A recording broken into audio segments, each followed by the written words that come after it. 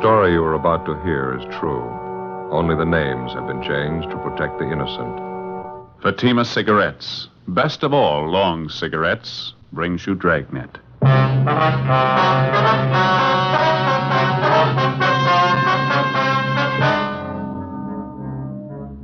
You're a detective sergeant. You're assigned to Juvenile Bureau. Dozens of petty theft cases are reported in one of the residential areas in your city.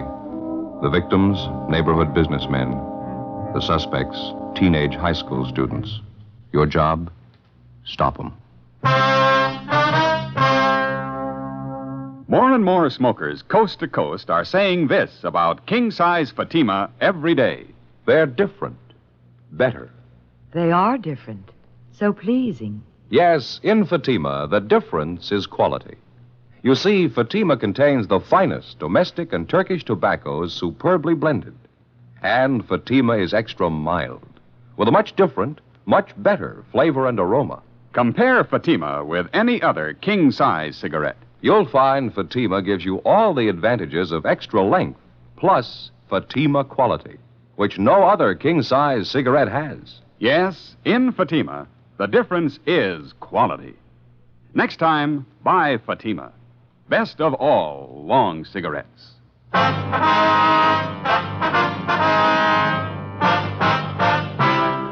Dragnet, the documented drama of an actual crime. For the next 30 minutes, in cooperation with the Los Angeles Police Department, you will travel step by step on the side of the law through an actual case transcribed from official police files.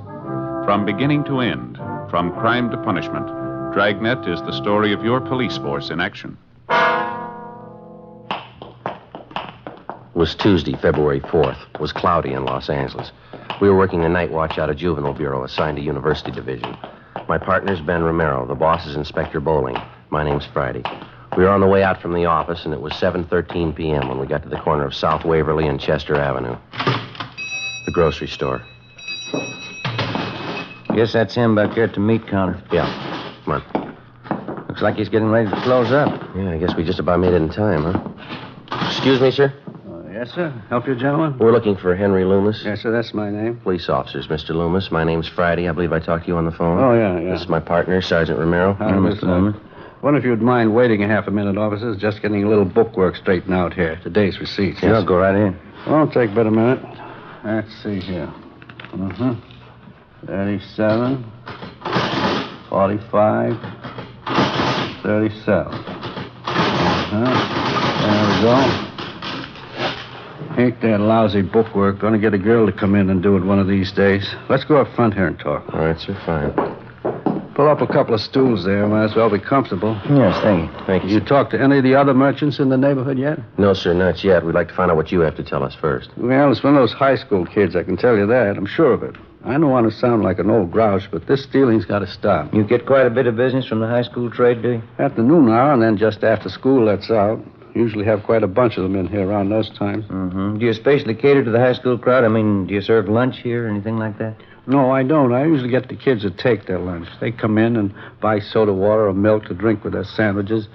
They seem like such a nice class of kids. I didn't think they were thieves. Well, how long has this stealing been going on, Mr. Loomis? I'd say about 10 days, 2 weeks. It's not very hard for them to get away with it. 15 or 20 kids crowd in here during noon hour. I'm usually busy up at the counter. It's no great trick for any one of them to make off with a couple of dollars worth of merchandise.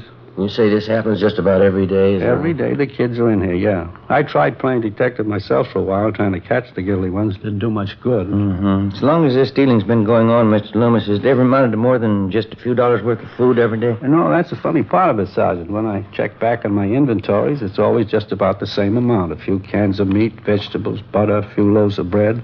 It's not so much the value of the stuff. I just don't like the idea of some kid making a fool out of me day after day. Has your cash register ever been tampered with, you know? I mean, any money stolen? No, so that's another thing I can't understand. If a kid's going to turn thief, you'd think he'd go after the cash. Whoever's doing it, they've never tried anything like that here. Well, how about some of the other merchants in the neighborhood, sir? You mentioned on the phone there were a couple of others having the same trouble that you are. Yes, so there's George Brophy. He's the newspaper distributor, and there's Collins. He's got the grocery place up the street. You can talk to them. I gave you their addresses on the phone, didn't I? Yes, sir, you did. Just one more thing, Mr. Loomis, about this crowd of high school boys that hang around here.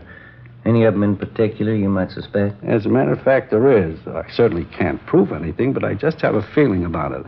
I don't like the boy. Just one boy, sir? Yes, sir, there may be more than one that's guilty, but this young fellow I'm pretty sure of. What's his name? I hear the kids call him Harry, red-haired boy, curly red hair, tall, a few freckles. Won't be hard to get his last name if we need it. Mm-hmm. Is there anything else you can think of that we ought to know? You go up the street and talk to the other two men, Sergeant, George Brophy and Collins. They might have something more for you. I think I've told you about everything. All right, Mr. Loomis.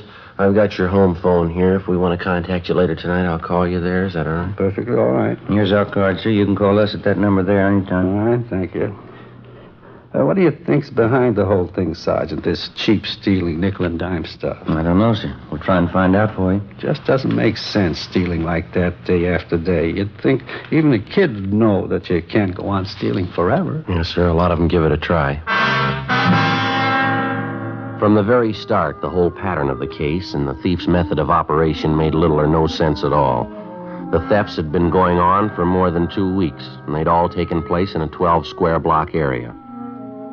In each of the 24 cases reported to us, not one of the thefts had been for more than $5, either in cash or merchandise. The thief's scene of operation included 2 grocery stores, a drugstore, coin boxes attached to the newsstands in the neighborhood, and a 5 and 10 cent variety store. With one exception, all of the cases involved theft of merchandise only. The breaking open of coin boxes attached to newsstands was the single instance in which money was taken. The total sum was less than $3.50. 7:40 p.m. Ben and I left the grocery store and went up the street to the home of George Brophy. He was the neighborhood newspaper distributor who operated the coin box newsstands which had been broken into. Well, I think you can just about count on it, Sergeant. It's one of the kids in the neighborhood doing all this. Either that or a couple of them are working together. What makes you so sure about it, Mr. Brophy? Well, for one thing, we got more than our share of kids out this way. A lot of them are from poor families, underprivileged, you might say. Mm-hmm. I guess they figure it's one way of picking up extra spending money. I got nothing against kids myself. A few nickels they get out of those boxes, I wouldn't prosecute them for that. Well, sir, that's not exactly it. The point is they're stealing. If they get away with this small-time stuff, they might figure they're ripe for something bigger. Probably be the best thing in the world for them if we can stop them now and set them on the right track, don't you think? Yeah. Put in with you there, Sergeant. I don't know how much I can help you, though. Do you have any idea at all who it might be that's breaking into the coin boxes? Well, like I say, I have nothing against any kid myself, but there is one of them around the neighborhood I've been a little suspicious about, a red-headed kid. What's he look like, you know? Red hair, freckle face, kind of tall and gangly, typical high school kid. Old Loomis down at the grocery store, he's been a little leery about the same kid, too. Well, why do you single out this red-haired boy, Mr. Brophy? Well, he... Oh, excuse me, I better grab Go right it. ahead. Yes. Hello. Oh, yeah, Maggie, hi. 4 of them. When are they born? Is that right? All right. Born this morning. 4 of them, huh? Yeah, just a minute, I'll call. Grace, Yeah, honey. it's for you, Maggie Harris. Oh, okay. Thanks. Excuse me, officer. A friend of my wife's, her cat just had 4 kittens. Oh, I see. Oh, where were we? Oh, yeah, about the kid. Yes, sir. Why do you suspect Well, there's a couple reasons, Sergeant. Late one night when I was making my collections, I spotted the boy hanging around one of the newsstands. Didn't look like he had any business there that time of night. He looked up and saw me coming. He turned and ducked down a side street. Well, do you have any idea where this boy lives, Mr. Brophy? No, can't say I do. He goes to that high school a few blocks up on South Waverly. I know that. It's the same boy that the grocerman had his eye on. You said there were a couple of reasons why you were suspicious of this boy, Mr. Brophy. Yeah. Well, this other thing doesn't mean too much. There wasn't anything really wrong with it. It just seemed a little queer, that's all. What was that? Well, I dropped in at the safety liquor store down the street last week. I wanted to pick up a little something. I saw the same kid in there. He was asking Benny, the guy who runs the place, if he'd sell him a 5th of bourbon. I heard the kid saying it was supposed to be for his father. His father was sick and couldn't come in. Of course, Benny turned him down. He wouldn't sell it to the kid. And that was the extent of it, huh? Yeah, that's all. Wasn't anything wrong with it. Kid didn't insist. I thought it was just a little out of line, sending a kid after liquor. Well, it's about the size of it. How about some of the other merchants in the neighborhood who have been bothered with these petty thefts? Do you know if any of them are suspicious of this boy? No, I wouldn't know that. Henry Loomis down at the store is about the only one I know of. Well, thanks very much, Mr. Brophy. If anything else comes up, you can get us at the number on this card here. Oh, okay, Sergeant. Fine. If I can help at all to clear this thing up, I'd be glad to do it. Well, we'll probably be checking back with you, and thanks again, sir. Sure is funny, the whole thing. I get a big laugh out of it. Sir? Oh, I mean the friend of my wife's called up, Maggie Harris. Cat had 4 kittens, like I told you. Uh-huh. Sure get a big laugh out of that. I kept telling her. She wouldn't believe me. What's that, sir? Well, she thought the cat was a male.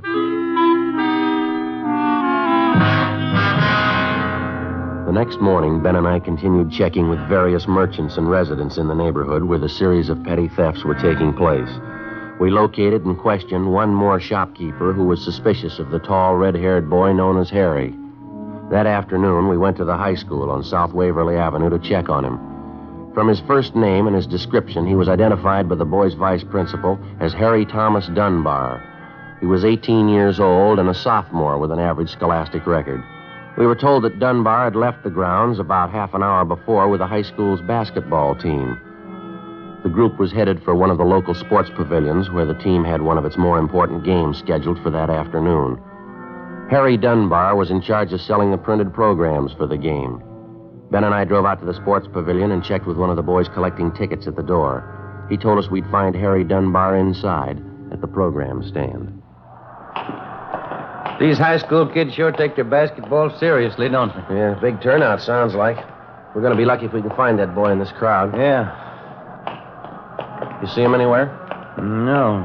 Which side is the program stand supposed to be on? Well, there's a lot of them along and through here on both sides.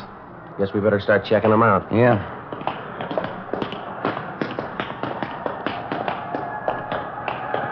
Joe. Yeah. That stand back there on the left, you see? Red-headed kid? Yeah, let's check him, huh? Okay. Programs, dime. Complete programs for the game, 10 cents. Excuse me, son. Program, mister? Your name, Harry Dunbar? Yeah, that's right. We're police officers, Harry. We'd like to talk to you for a few minutes, if it's all right. Oh. Well, I can't talk to you now. I'm pretty busy selling these programs here. Then suppose we wait a few minutes, son. See, you only have a few left there to sell. No, it wouldn't do any good waiting. When I sell these, I got something else to do. It's only going to take a few minutes of your time, Harry. We won't keep you long. What is it, officer? What do you want to talk to me about? Just have a few questions for you, son, that's all. Can you step out in the lobby with us for just a minute? What's it all about? I'd like to know. We'd just as soon not talk about it out here. Oh, all right. We can go up this ramp here. All right. There's a hallway back here. Runs underneath the stands, won't be so noisy. Fine, we won't keep you long. Just a few routine questions. This ought to do okay. What is it you want to know about? Do you know a Mr. Loomis? Harry runs a grocery store near the high school. Yeah, old man Loomis. I go down to his store and eat lunch sometimes. Why? How about a Mr. Collins? He runs another store near the high school. Yeah, I know the place. Sometimes I go there, too. A bunch of the kids hang around there during lunchtime. We've had quite a few complaints from Collins and Loomis, some of the other stores in the neighborhood, too. We're checking on some of them. Thought maybe you could help us out, Harry. No, I couldn't help you any. Mr. Collins and that old man Loomis, they don't like us. They want to get us in trouble. I think they're lying. Lying about what? About us kids stealing things out of their stores. I bet they even told you I'm stealing things from them. Are you, Harry? Of course not. They can't say any of us stole things. They don't know. They can't prove anything.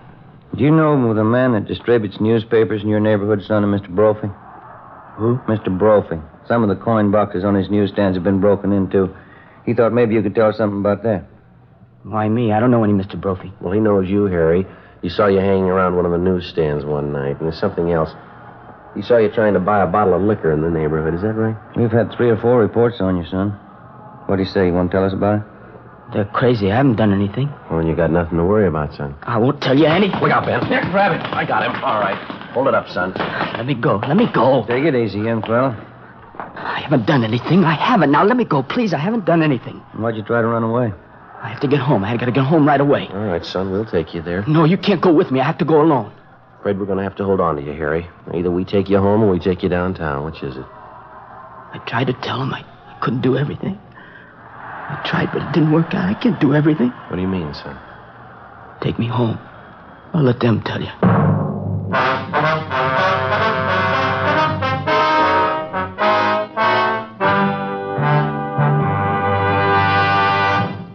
You are in the forgery division of a Metropolitan Police Department. Handwriting analysis.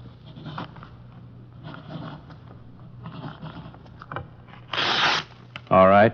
Now write the alphabet in lowercase, please. You are listening to a police officer taking a sample of a suspect's handwriting. This handwriting sample will be compared with a forged signature. Side by side, two signatures may often look alike, but closer examination will prove a world of difference. You'll find the same is true when you compare Fatima with any other king-size cigarette. Side by side, Fatimas are the same in length and circumference. 85 millimeters long, 1 1/64 inches around. And Fatima filters the smoke exactly the same long distance as any other king-size cigarette. But in Fatima, the difference is quality. Fatima gives you extra mildness, a much different, much better flavor and aroma.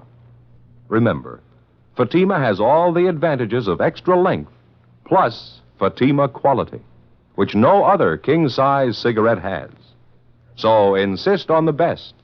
Next time, buy king-size Fatima.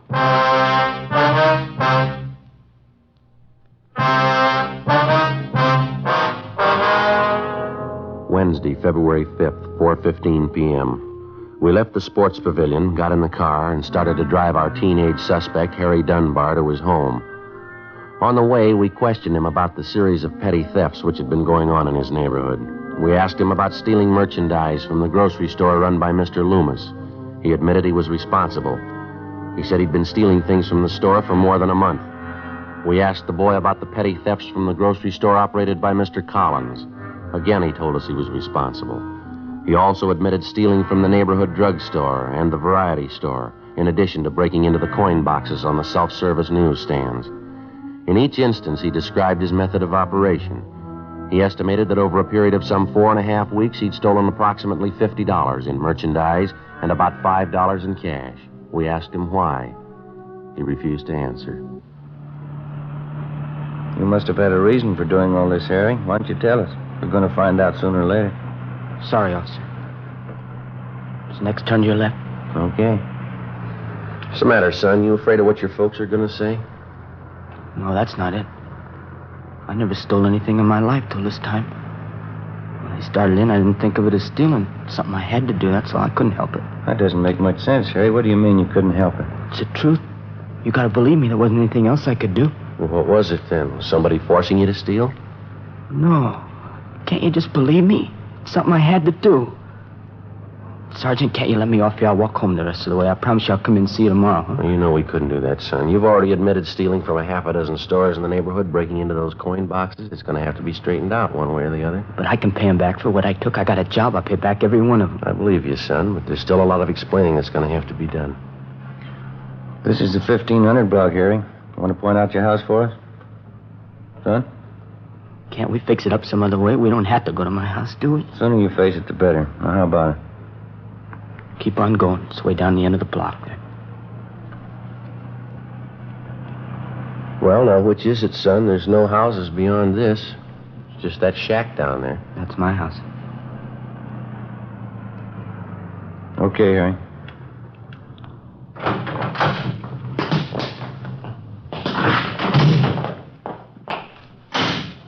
Maybe I better go in first, see if everything's all right. It'll be all right. We'll come with you.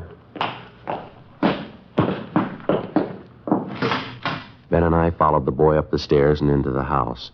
From the outside, it looked run down and badly in need of painting. On the inside, it still looked in fair condition, except for the housekeeping. The floor of the living room was littered with soiled clothing, ashes, dirt, and dust. The few pieces of furniture didn't look much better. A card table set in one corner was crowded with dirty dishes and scraps of half-eaten food. Across the room was a baby in a crib. Couldn't have been more than a few months old. Apparently, the bedclothes in the crib hadn't been changed for days. Next to the crib, huddled in an army cot, underneath a few thin blankets, was a dark-haired little girl, maybe 2.5 years old. Her face was thin and pale. She was asleep. Through an open door, we could see into the next room where a woman was lying on a couch.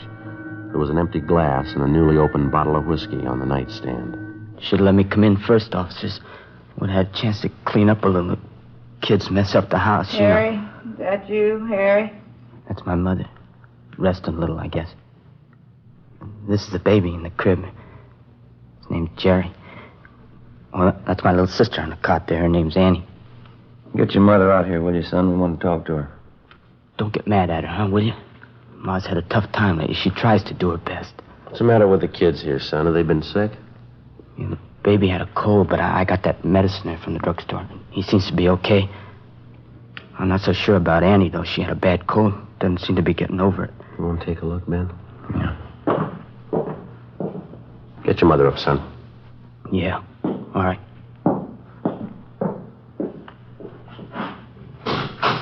Hey, Ma. Ma, get up, will you? What is it? Who'd you bring home with you? A couple of policemen. They want to talk to you. What'd you bring them in for? Close the door there. I have to fix up a little. My mother will be right out, officer. All right, son. Joe? Yeah. We better get to a phone right away. It looks pretty bad. What is it? Baby needs a doctor. A little girl here. I hope she does, too. What? I'm not sure she's alive. An ambulance was called immediately, and Harry Dunbar's 2-year-old sister Annie and his baby brother were both rushed to the general hospital. The mother, identified as Mrs. Florence Dunbar, was taken downtown and booked at the main jail on a drunk charge. 6:45 p.m. We took the boy, Harry Dunbar, over to Ben's house. We put in a call to the general hospital to check on his little sister Annie and his infant brother. They told us both the children were suffering from malnutrition. The little girl, Annie, had double pneumonia. Miraculously, the baby seemed to have been spared. He was sick, but his condition wasn't considered serious. After Ben's wife fed him dinner, 18-year-old Harry Dunbar sat down and told us the story. 3 months before, his father had deserted the family. His mother had made a pretense at supporting Harry and the 2 babies and then gave it up in favor of drinking. The whole burden of keeping the family alive was piled on the youngster's shoulders. Besides school, he had 3 odd jobs that he worked at to earn enough money to pay the rent, the gas and light bill, food, and general necessities. It wasn't enough, so he had to take to stealing. His mother wouldn't work, but at the same time, she wouldn't let the boy apply for charity. He slept at Ben's house that night, and the next morning at Juvenile Bureau, he gave us the rest of the story. I guess it got too much for me. I don't know. I could sneak the food and medicine from the stores, all right, but couldn't seem to get enough money together. The rent bill and all that. Kids needed clothes, too. Well, why wouldn't your mother let you apply for help, son? Some of the local charity. Well, Ma'd never go for that, officer. She'd get mad when I talked about it. Said she had too much pride to take charity. Did your mother know that you were stealing the food and medicine that you used to bring home? I don't know. Guess so. I wouldn't be so mad at her, but every time I got some money together to pay bills, she wanted me to buy whiskey for her. She begged so much I couldn't say no. We're having your mother brought over from the main jail, Harry. We'd like to find out if we can't locate your father. You want to check outside, Ben? See if they brought Miss Dunbar over yet? Yeah, okay. Thank you. How about the kids, Officer? Annie and the baby? How they doing? Well, I checked the hospital, Harry. The doctor's going to call us as soon as he can. I should have known better. Poor little kids. I could take care of myself, but they had to depend on her. She'd only stopped drinking. Go right in, Mrs. Dunbar. Harry, you all right, son? What have they been doing to you? I'm all right, Ma. No, don't hang on me like that. I was worried about you, Harry, you and the kids. I'm sorry they got sick. I didn't know. It's just bad luck, Harry. We got to stick together, you and me. There's a chair here, Ma. Sit down, huh? Hey, Joe. Yeah? Hospital call. They took the message outside. Here you are. Well, thank you. The hospital, officer? About Annie and the baby? Yeah, that's right, son. About your little sister Annie. What about her? What'd the doctor say? Well, it's not good, Harry. The doctor called and said Annie had pneumonia. Pneumonia. She'll be all right, though, huh? They'll take care of her? Well, it's not that way, son. I mean, the doctor said... Oh, look, you tell him what you do. Well, what is it? What about Ann? We got a right to know. She's my little girl. Sergeant, you can tell me. You want to sit down, Harry? Yes, sir? Annie died 10 minutes ago. The doctors tried. They couldn't help. Annie dead? That's right, son. She's only a little kid. She's only 2 years old. Harry. Harry, son. Poor little Annie. Why did it have to be her, my own little girl? My own little Annie. Be good to me, son. I don't know how I can stand it. My own little girl, Annie. Go outside, Ma. Go outside. No, Harry. I need you. I need you more than ever, son. Be good to me. We have to stick together now. We gotta love one another. All right, Miss Dunbar. No. I need Harry. He's all I got. Aren't you, son? It's so hard sometimes. Everything's against us. Lord only knows I've tried. We've got to try to be happy, to stay together, love one another. Lord only knows. Will you shut up, Ma? Harry, don't blame me, son. We've got to try to be happy. I blame you. Anybody blame you. You killed her. Poor little kid, you killed Annie. Harry, don't say it. Don't say it. I will say it, Ma. You did it. The whole terrible thing. Annie's dead. You did it.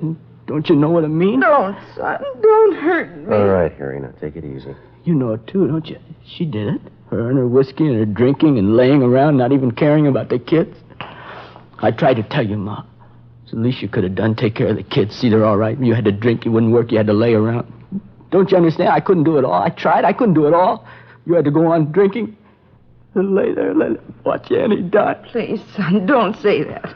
We gotta love each other. I wouldn't hurt Annie. You know your mother never do that. You're not my mother. You're not anybody's mother. You don't know what you're saying. Harry, I'm your mother. Lord knows I've tried to be a good mother. You don't mean what you're saying. Goodbye, Ma. I hope I never have to see you again. Harry, please, don't go. Ben, you better go get her. Yeah?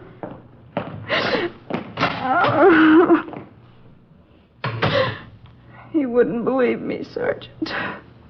Lord knows I've tried. It's not easy, a husband deserting you the way Charlie did.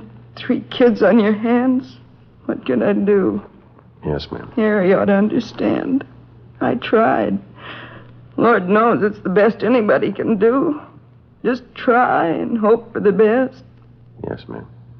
I've only got one question. Yes. How hard did you try?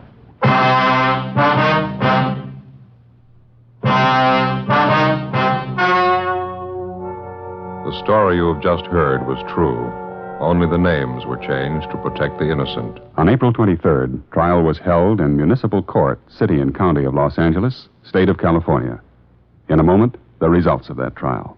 Now, here is our star, Jack Webb. Thank you. Friends, I have here a pack of Fatimas. Inside, of course, 20 king-size Fatima cigarettes. Now, Fatimas are the same length and circumference as other king-size cigarettes, and Fatima filters the smoke the same long distance. But only inside this golden yellow package do you get Fatima quality. That's right. Fatima gives you all the advantages of extra length plus Fatima quality, which no other king-size cigarette has. Next time, buy Fatima.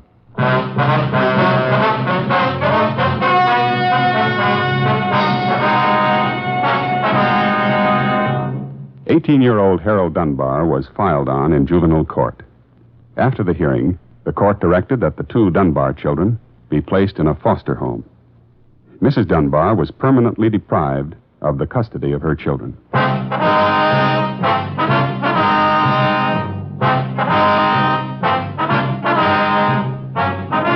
You have just heard Dragnet, a series of authentic cases from official files. Technical advice comes from the Office of Chief of Police W.H. Parker, Los Angeles Police Department. Fatima Cigarettes, best of all long cigarettes, has brought you Dragnet, transcribed from Los Angeles.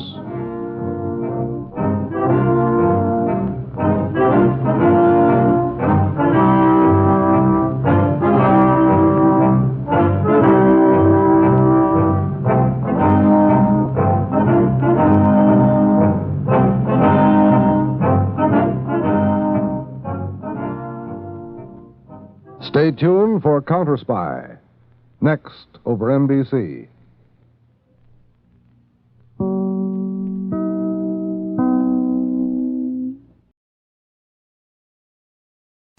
Here's another in NBC's great parade of new shows.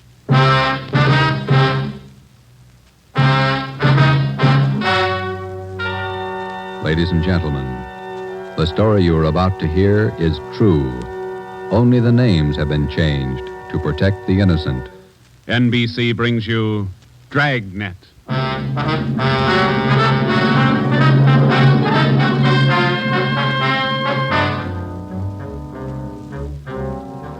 You're a detective sergeant. You're assigned to robbery detail. An armed gang of blitz bandits has started to work in your city. Their pace is fast, 4 and 5 robberies each night. The criminals are not amateurs. They're well armed, dangerous. Your job, get them. Dragnet, the documented drama of an actual crime, investigated and solved by the men who unrelentingly stand watch on the security of your home, your family, and your life. For the next 30 minutes, in cooperation with the Los Angeles Police Department, you will travel step by step on the side of the law through an actual case from official police files. From beginning to end, from crime to punishment, Dragnet is the story of your police force in action. It was Thursday, October 23rd. It was windy in Los Angeles. We were working a day watch out of robbery. My partner's Ben Romero. The boss is Ed Backstrand, chief of detectives. My name's Friday. I was on my way back from the statistician's office, and it was 11:42 a.m. when I got to room 27A. Robbery detail. How'd it work out, Joe? Any good prospect? Well, I don't know how good they are, but I got a handful. How many did you get? Well, let me see. 15, 18, 22. Ethel down in the stats office ran them on the IBM for me. There they are. Let's see. It's a gang of 3 men working on foot. Blitz robberies. They only take cash. M.O. is tie-ups. Work from 8 to 10 at night. One of the gang's tall, the other 2 short. And these are the men the machine sorted out. Under that heading, yeah. If our information's wrong, then so's the machine. Got a good bunch of candidates here. Descriptions match up with what we got. They seem to. Check the names on that list, Ben. Some of the smartest thieves in the country. Yeah. Tommy Willis, Ray Grappa, Kemp Satelli, Manny Roberts, George Cross, Mario Koski. Reads like June graduation at San Quentin. Yeah. George Cross and Tommy Willis are in town. We know that. And Koski, he's around a couple of weeks ago. And what about the rest? It's a big field. Have to check them out, I guess. Might as well start at the beginning. Did you go through the overnight reports yet? Yeah. No restaurants, no liquor stores. That makes 5 days the gang's laid off. Well, they can afford to, can't they? 18 robberies in 24 days, that's a pretty good haul. This stop-and-go strategy of theirs, Joe, it's got me. Yeah. They work hard for a week in one area, and then they lay low. If they just keep going, we might have a better try at them. Hey, Joe. Yeah, Chandler. Fellow out here to see you, Joe. Name's Decker. Decker. Henry Decker? Didn't say. Want to see him? Yeah, send him in. Right. All right, Mr. Decker, this way. How are you, Joe? You're looking good. Well, Hank Decker. How are you? I'm fine. Oh, what are you waiting for? Applause? Come on in and shut the door. Hank, this is my partner, Ben Romero. Ben, Hank Decker. All right, Hank. How are you, Ben? Hank and I were in service together. Yeah, I just dropped in for a visit, Joe. Are you busy? No more than usual. Sit down. Thanks. I remembered you telling me you were on the PD, so I figured I'd drop around and get an inside track. How do you mean? I just filed with Civil Service to take the exam next month. Figure I'd like to work at being a cop. He's shell-shocked, Joe. Great pep talk you boys hand out. You sure you want to be a cop? Oh, look, I'm 30 years old, Joe. I'm married, high school education, about a year of junior college. What's your wife think? She's not sold. Well, that's why I dropped in. How about coming out to the house for dinner tonight? You want me to sell her? Just talk to her. 7 okay? Yeah, 7's okay. I'm glad to have met you, Ben. Same here, Decker. See you again. Bye, Joe. See you tonight, Hank. Well, what do you think, Ben? Ought to make a good cop. We had a list of 22 possible suspects. By 5 o'clock, Ben and I had checked out 2 of them who might possibly have had a hand in the blitz robberies of the 18 liquor stores and restaurants in the past 24 days. Number 1 man was Thomas Willis, Caucasian, age 29, 5 feet 11 inches, 175 pounds, dark hair, blue eyes. Number 2 man was Mario Koski, Caucasian, 5 feet 6 inches, 170 pounds, dark hair, dark eyes, large scar under his chin, running across his throat, up to and behind his left ear. According to our informants, and after questioning some of their associates, either Willis or Koski or both could have taken part in the blitz holdups. We showed their mugs to the victims, but none of them could give us definite assurance that either Willis or Koski were in the holdup gang. At 7 that night, I went out to Hank Decker's house for supper. Met his wife, Linda, his 4-year-old twin boys. We talked about the Army, played with the kids for a while. Before we sat down to eat, we put the boys in bed. Hank was in the kitchen carving the roast. His wife closed the door to the kids' room, and we started downstairs for the kitchen. What do you think of our two atom bombs? They're fine kids, Miss Decker. Hank told me that you were worried about him wanting to join the force. I was 12 years old when my father was shot down. He was a policeman in Des Moines. He was only 37 when he died. I wouldn't know what to do if anything like that happened to Hank. What do you want me to say? But does Hank really want it? Can't you talk him out of it? You're his wife. Can you? No, I think it's his choice, Miss Decker. He's going to have to make up his own mind. I'm sorry. If it's what Hank wants, I guess I worry too much. A lot of women marry cops. They have, and they will, and they all worry. Hank will be all right. Will you guarantee it, Joe?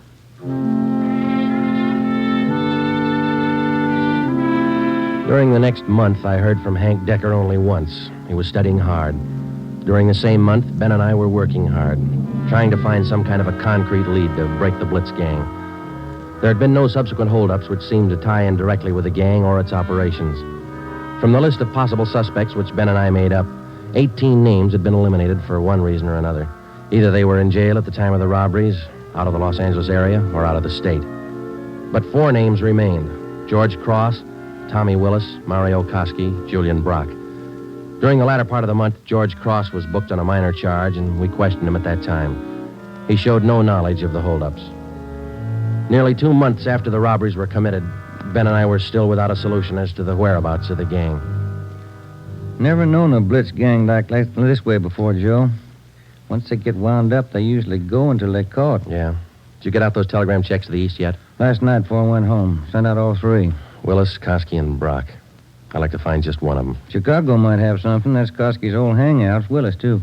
What about Brock? He's from Kansas City, isn't he? Yeah. I got a wire, too. Might have an answer from one of them tomorrow. That's a slow job. We'll have to wait it out. Guess so.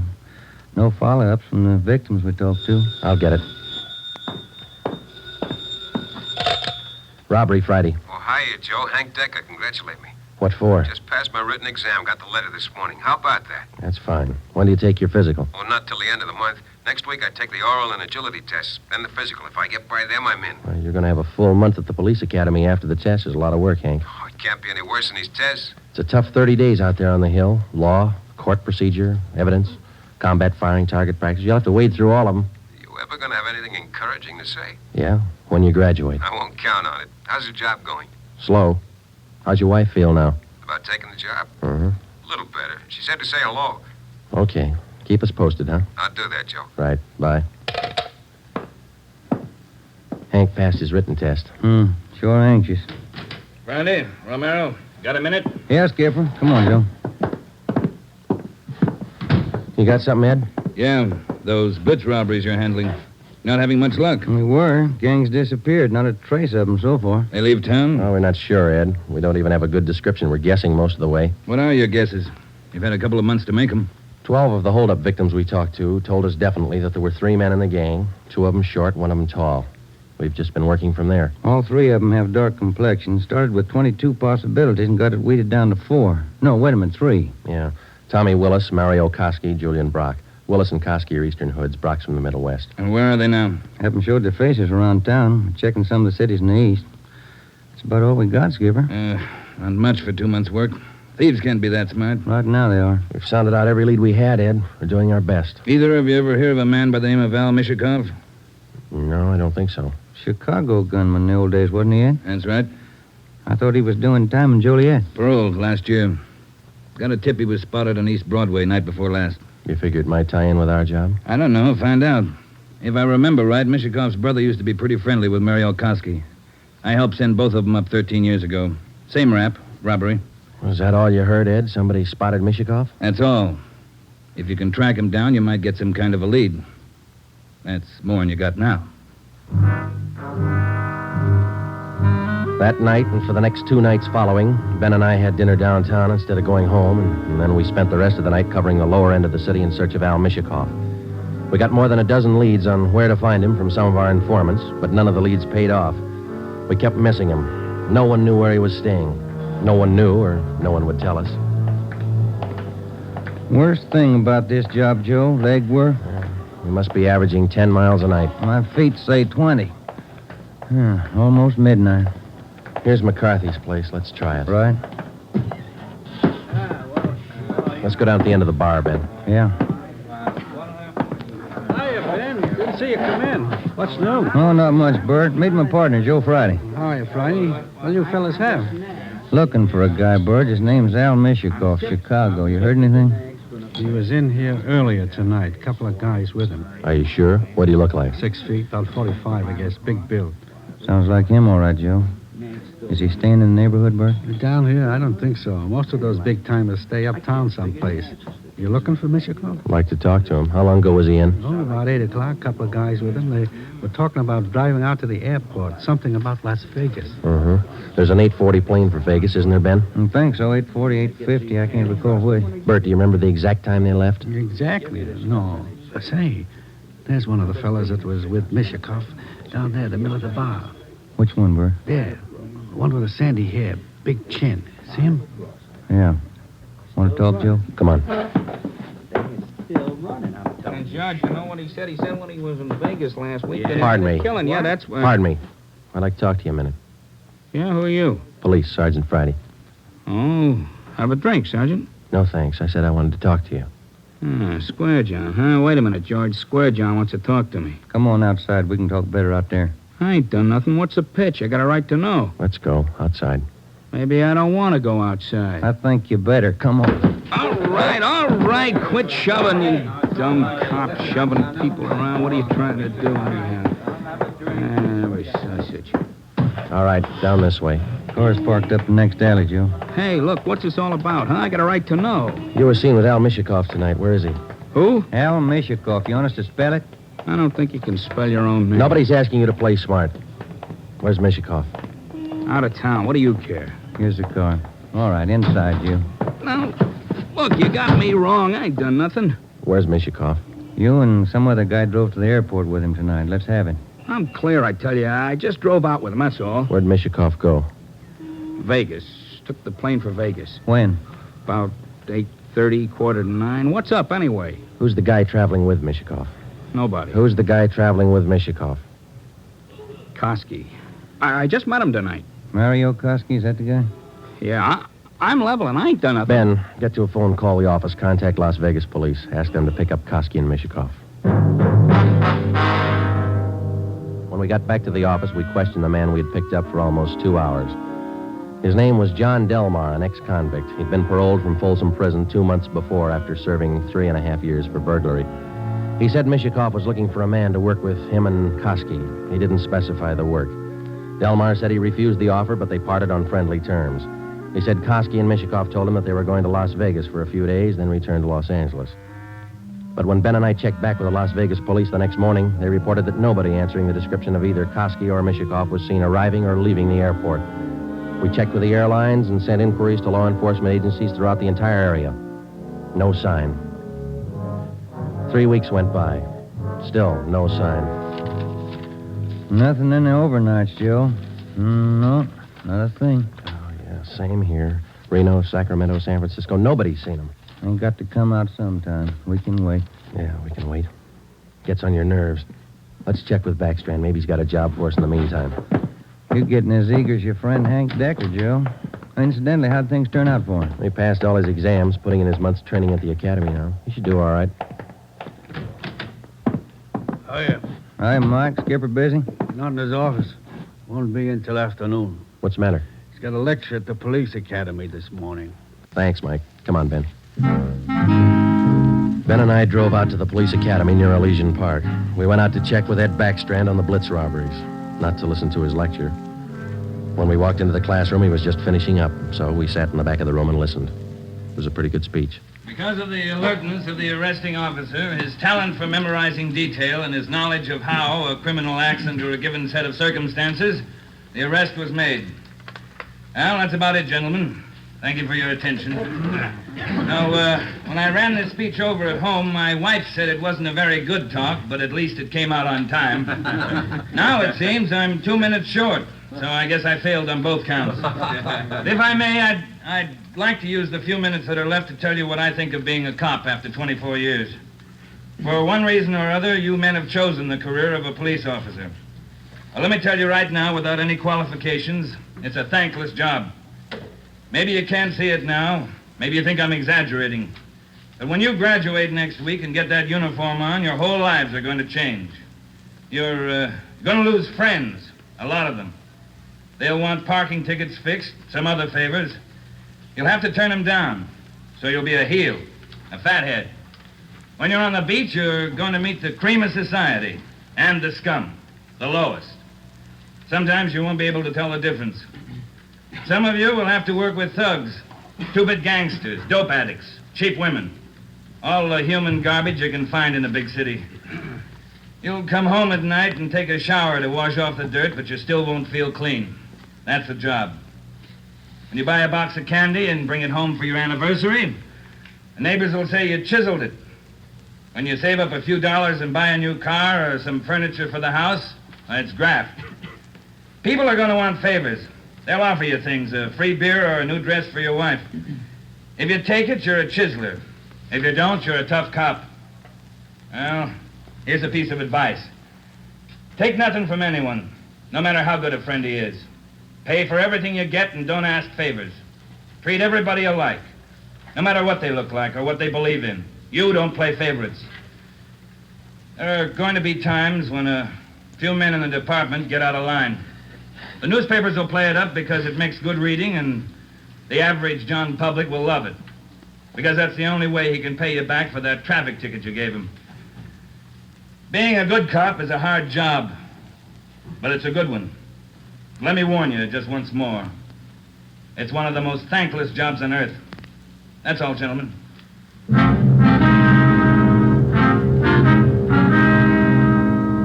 The following week, Hank Decker graduated from the police academy and hit the transfer list for a regular assignment. He drew a job of teaching combat firing and boxing at the academy. He didn't like it, so he put in a request for a transfer and waited. For the next 6 weeks, Ben and I waited, too, for some sign of the Blitz bandits. There wasn't any. The only possible suspects, Mario Koski and Al Mishikoff, had disappeared completely. We kept a close check on every possible avenue of information. Still, no sign.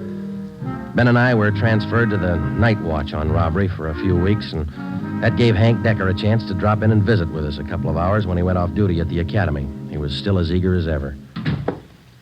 Hi, Ben. Joe, anything new? Hi, Hank. Nothing here. What about the academy? Oh, big news. What's up? Getting a transfer starting next Monday. Gonna start on a beat. Thought you were all tied up with that boys' club you started out there. Oh, I was, but Hanson's gonna take over when I leave. The kids sure love it. Free swimming in the pool, boxing lessons. We teach them everything. Where's your beat going to be, huh? Central, right in the downtown district. Might learn something, huh? You'll learn a lot if you want to forget most of it. Look, it's 7:15. Don't you ever go home for dinner, Hank? Oh, getting the wife used to it. This new shift's gonna be night work, you know.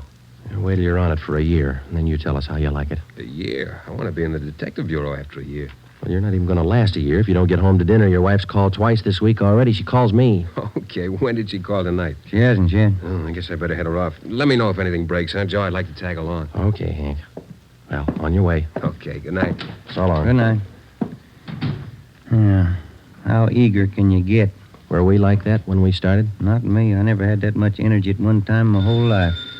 Hot shot, Joe. I'll get it. At 767 East Broadway, a liquor store, 211 and slugging. At 767 East Broadway, a liquor store, 211 and... 767 East Broadway, 211, liquor store. Let's go.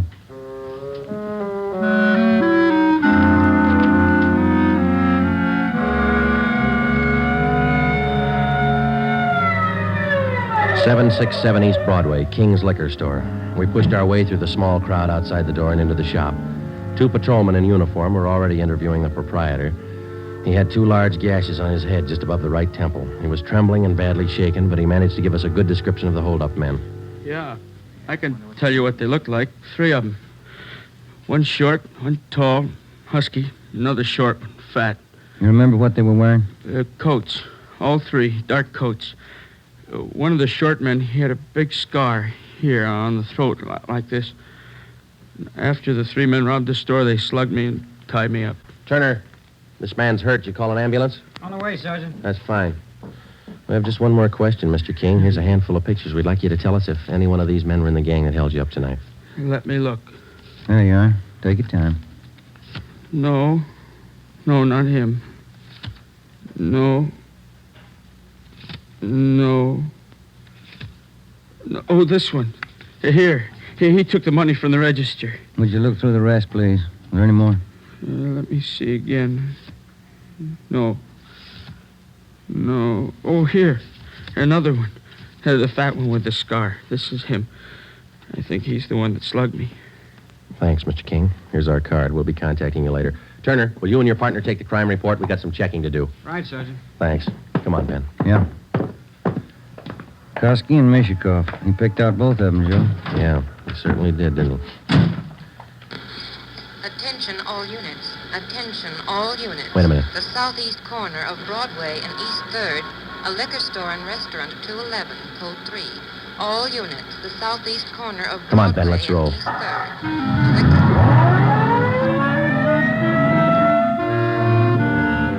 When we got to the liquor store and restaurant at Broadway and East 3rd, Ben and I knew for certain that Koski and Mishikov were back in the city and working hard.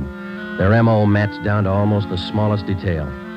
We put a call through to communications, and the entire Central Division was alerted. Then we called Chief Backstrand and told him the news. He assigned a special detail from the Metropolitan Unit to patrol the area until further notice.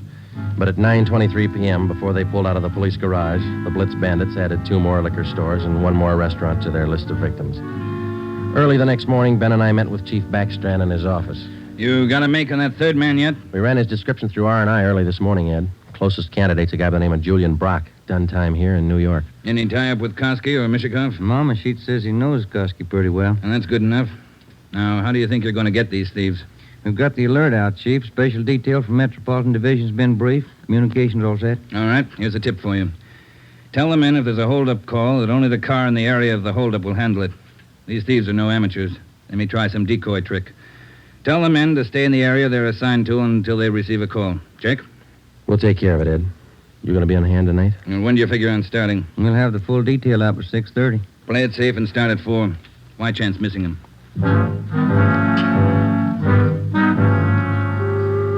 At 3:30 that afternoon, we left the police garage with a special detail from Metropolitan Division, and we started to cruise the central area. We weren't looking for any action the first few hours, and we didn't get any. The 5 o'clock traffic in the downtown area was heavy as usual. Hope that gang holds off till after 6. We couldn't get out of this traffic if our lives depended on it. Well, we'd probably do better on foot if it wasn't for radio contact. Control 4 to 80K. Control 4 to 80K, your location. Get it, will you, Joe? Yeah, wait till I get the mic. 80K to Control 4. 80K to Control 4. Our location on Spring Street between 2nd and 3rd. 80K, stand by. 80K, call your office code 2. Call your office code 2, KMA 367. 80K to Control 4, Roger, KMA 367. Yeah. Now what do I do for a parking space? You know, you're lucky. That guy up ahead there, he's pulling out. Good. That hasn't happened to me in 6 months. Okay, hold on, Ben. I'll be back in a minute. Yeah.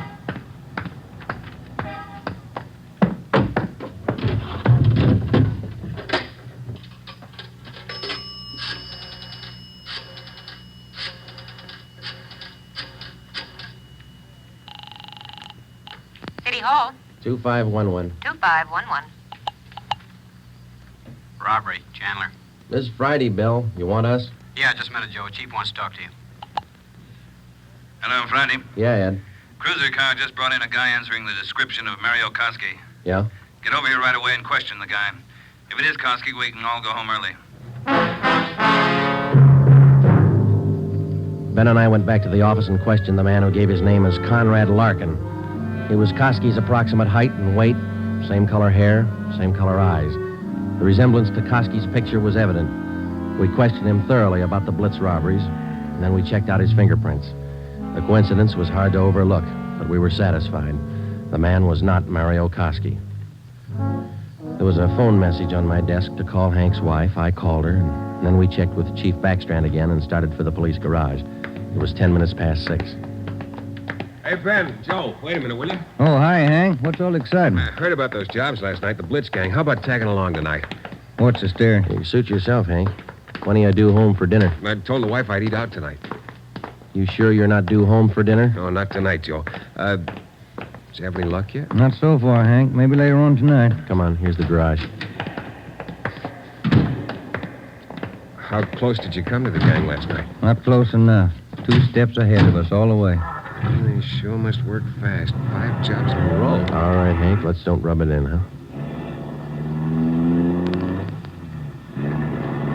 Hey, Ben, watch it, will you? Yeah. Woman driver. How about it, Joe? You think I can make the outfit? You can talk to Ed Backstrand. He might get you a transfer after a while. Yeah, I might try it. Joe, look across the street. There's a guy coming out of the bar. Where? In front of the bar. He's standing there. Guy in the dark coat, you see? Yeah. 2 other guys behind him. Who is it? I can't be sure. Ben, you better pull up. Husky. Looks just like his picture. All right. Come on. All right, hold it, mister. We want to talk to you. Run for it, Al Copper! Watch it, Joe! Hank, get down! Get down! 2 of them down, Ben. Other one went up alley. Let's go. Did they get Hank? Yeah. All right, hold it right here. All right, Kosky, throw out your gun and come out with your hands up. All right, let's return the fire. Come on.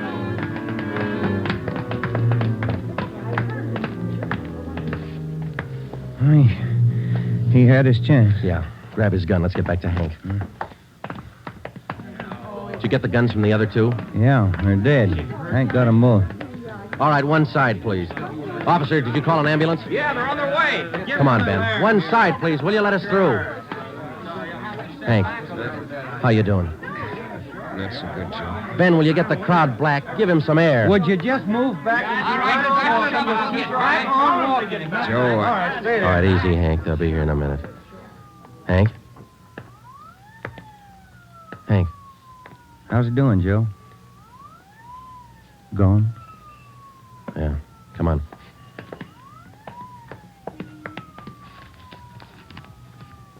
What have you got, Joe? Phone message from Hank's wife. For you? Yeah. You returned the call? Before we left the office. What was it? She wanted me to remind Hank.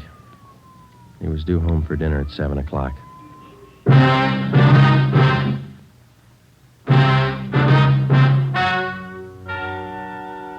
The story you have just heard is true. Only the names were changed to protect the innocent.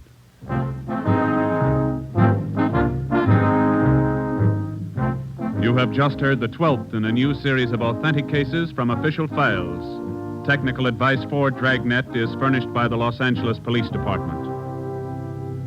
Tonight's program is dedicated to Patrolman James Frank Goggin of the Cleveland Police Department, who, on the morning of January 13th, 1939, gave his life so that yours might be more secure. Dragnet came to you from Los Angeles. If you enjoyed tonight's production of Dragnet, you'll want to listen to Richard Diamond, private detective, as played by the screen's romantic tough guy, Dick Powell, heard Saturday on most of these NBC stations. This is NBC, the national broadcasting company.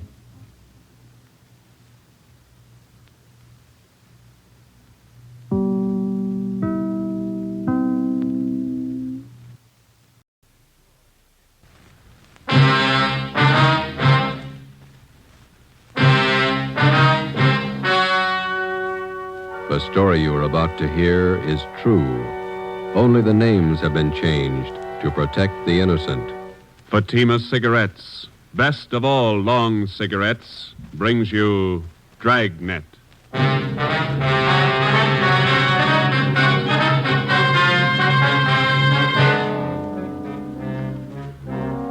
You're a detective sergeant. You're assigned to Bunko Fugitive Detail. You receive information an escaped criminal is hiding out in your city. He's dangerous. He may be armed. Your job, get him. If you want a long cigarette, smoke the best of all long cigarettes. Smoke king-size Fatima.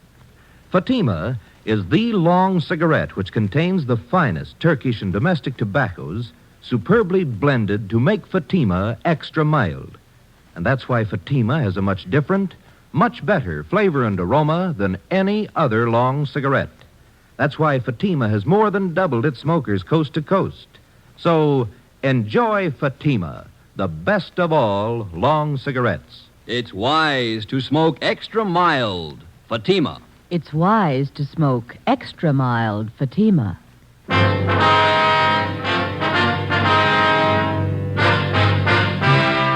Dragnet, the documented drama of an actual crime. For the next 30 minutes, in cooperation with the Los Angeles Police Department, you will travel step by step on the side of the law through an actual case from official police files. From beginning to end, from crime to punishment, Dragnet is the story of your police force in action. It was Thursday, April 27th. It was warm in Los Angeles. We were working a night watch out of Bunko Fugitive Detail. My partner's Ben Romero. The boss is Blaine Steed, captain of Bunko Fugitive. My name's Friday. I was on the way back from communications, and it was 6:45 p.m. when I got to room 38, squad room. Hi. How are you? How about some dinner? Well, we got one to check out first. Here's the teletype. Skipper just brought it in. Thanks. From San Rafael, huh? Pick up and hold for this department one Alfred Garvey. Wanted for suspicion, forgery, robbery. This man poses as a fingerprint expert from San Rafael Police Department. Here's his mug pulled from the Record Bureau. Mm-hmm. We're informed Garvey is registered at the Fair Deal Hotel, your city. Where's that?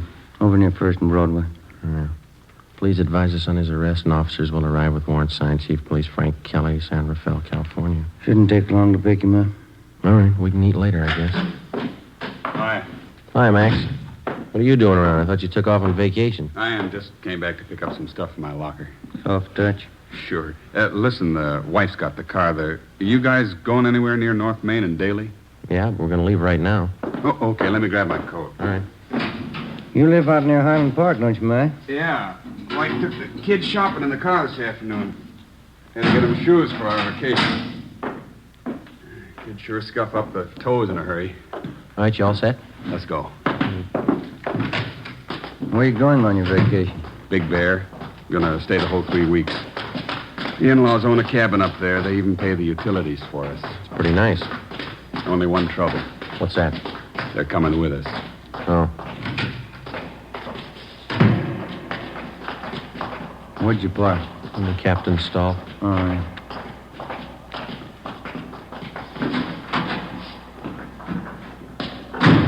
All right, in the back. Okay.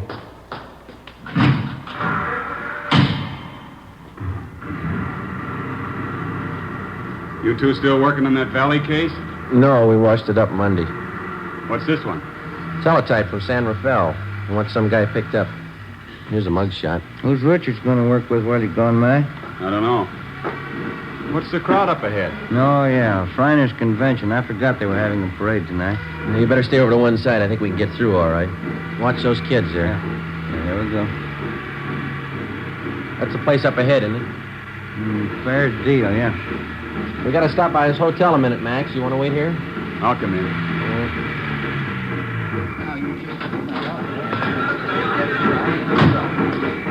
It's a big turnout for the parade, huh? Yeah, it's a big crowd.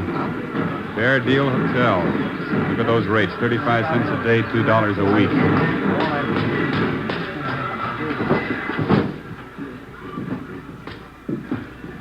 Yes, sir. Can I help you? Police officers, would you look at this picture, please? All right. Maybe registered as Alfred Garvey. Garvey sure came in yesterday. The picture makes him look old. Is he in now? Well, let's see.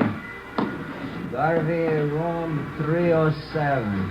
The key's gone. He must be in. Thank you. Yes, sir. Elevator's down there at the end of the hall. Okay.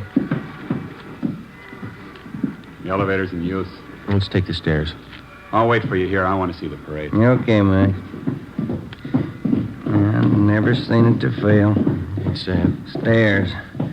Every time my arch is hurt, we get a thief to check who lives upstairs. Just one more flight. Yeah.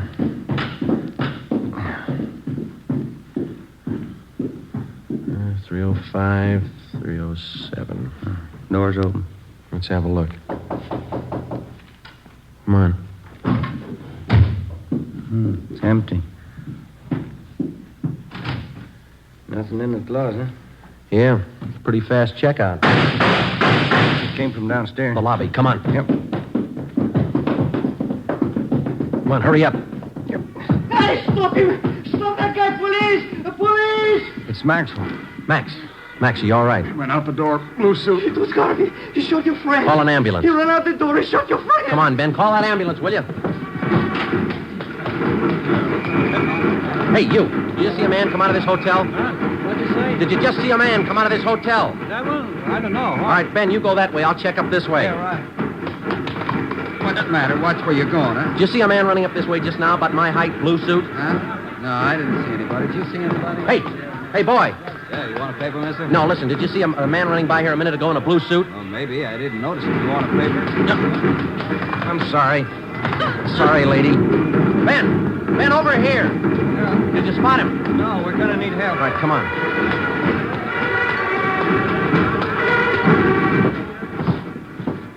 I called the ambulance.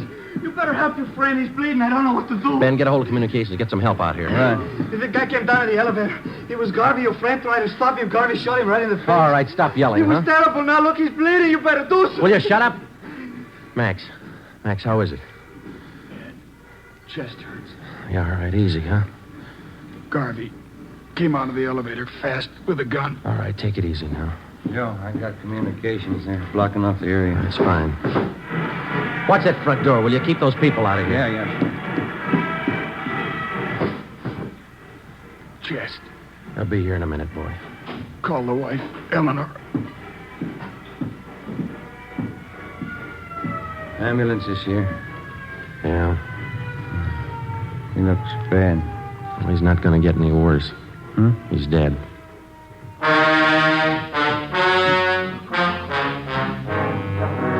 The name on the personnel report said John Warren Maxwell, Sergeant, Los Angeles Police Department, badge number 10377.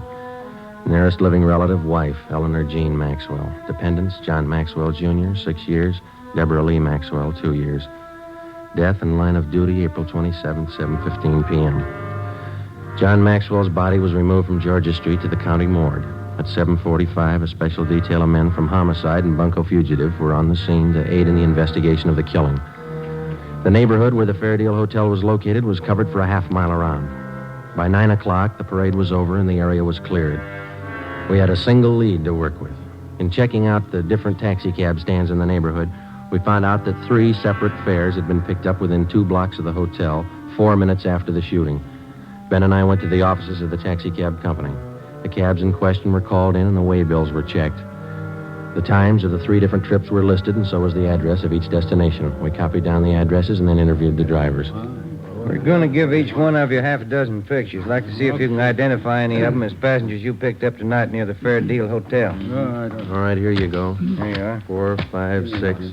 Check them carefully, please. Here are yours right here. Take a good look at each one of them. Huh? Okay, right. Now, fellas, take your time. Look them all over real good before you make up your minds.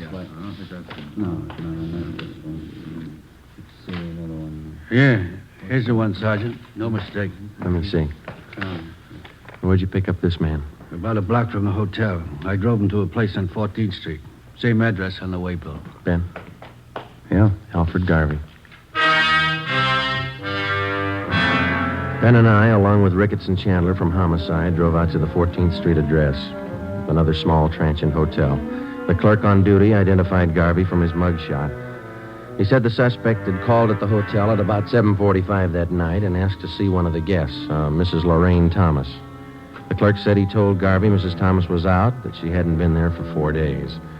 Ricketts and Chandler went on stakeout in the lobby of the hotel, and Ben and I went up to the second floor to stake out Mrs. Thomas's room. Friday, 11:25 a.m. Lorraine Thomas returned to the hotel and was taken into custody. We took her to Homicide and questioned her for more than an hour. She admitted that she was acquainted with Garvey, but that's all. 1 o'clock. We went to Clifton's cafeteria for lunch. Here, take this tray. Thanks. Silverware? Get here a little earlier, you wouldn't get this. Look at that line running clear out to the street. You were the first one he ran to after the shooting. Well, Garvey doesn't have many friends in Los Angeles. Maybe that's why he looked me up. I'll have the mixed green salad, please. What kind of work does Garvey do, do you know? He told me he was in the Merchant Marines. Coleslaw. Some of that potato salad, please. Do you know what he does in the Merchant Marine? He told me a steward. French dressing, please. Do you know any of his friends in town? No, I don't. Rye bread. Can I have an extra butter, please? French roll. What kind do you want, Ben? Yeah, give me some of those biscuits. Thank you. Does Garvey usually stay at the Fair Deal Hotel when he's in town? I don't know. That split pea soup sure looks good, doesn't it? We told you that the police up north were looking for him. Yeah, I know you did.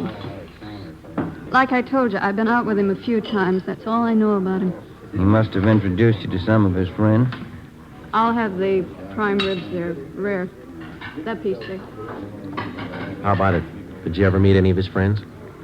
Yeah, one or two. No gravy.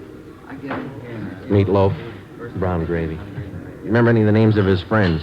I just met him, that's all. I don't remember. Let me have a roast turkey.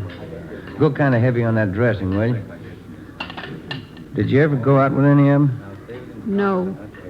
Why do you think Garvey went to your hotel after the shooting? I don't know. Maybe he figured you'd hide him.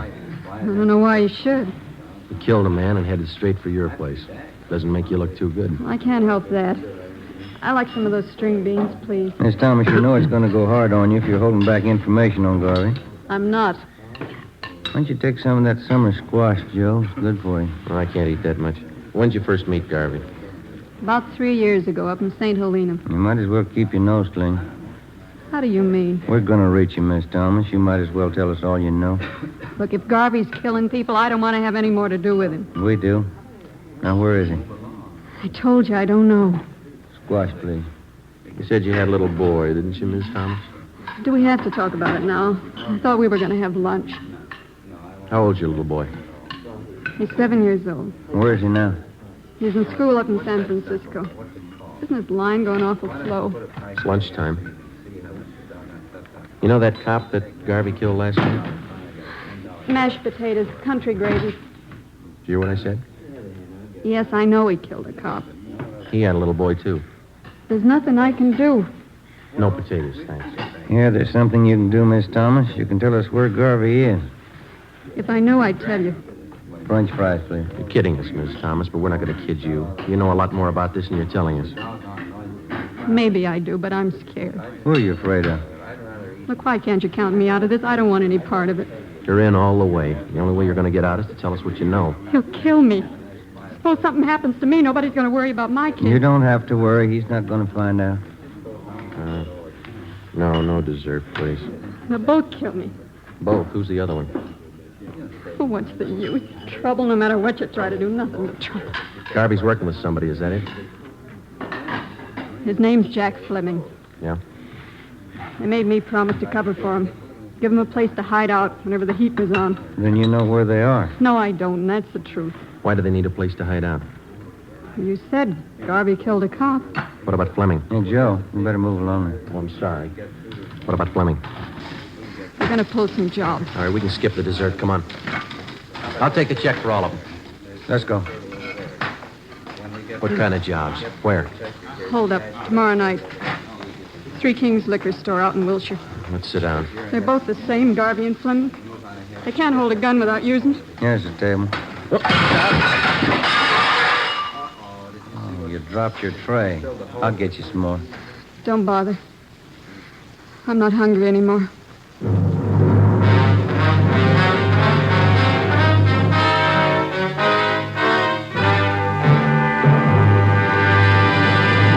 You are listening to Dragnet, the case history of a police investigation, presented in the public interest by Fatima Cigarettes. If you smoke a long cigarette, it will be in your interest to listen to a typical case history of a Fatima smoker. It's the case of Lee Silver, general assignment reporter on one of New York's greatest newspapers. This is his actual signed statement. When you have to meet a news deadline, you work at a fast pace, smoke at a fast pace. That's why I smoke Fatima. They're extra mild.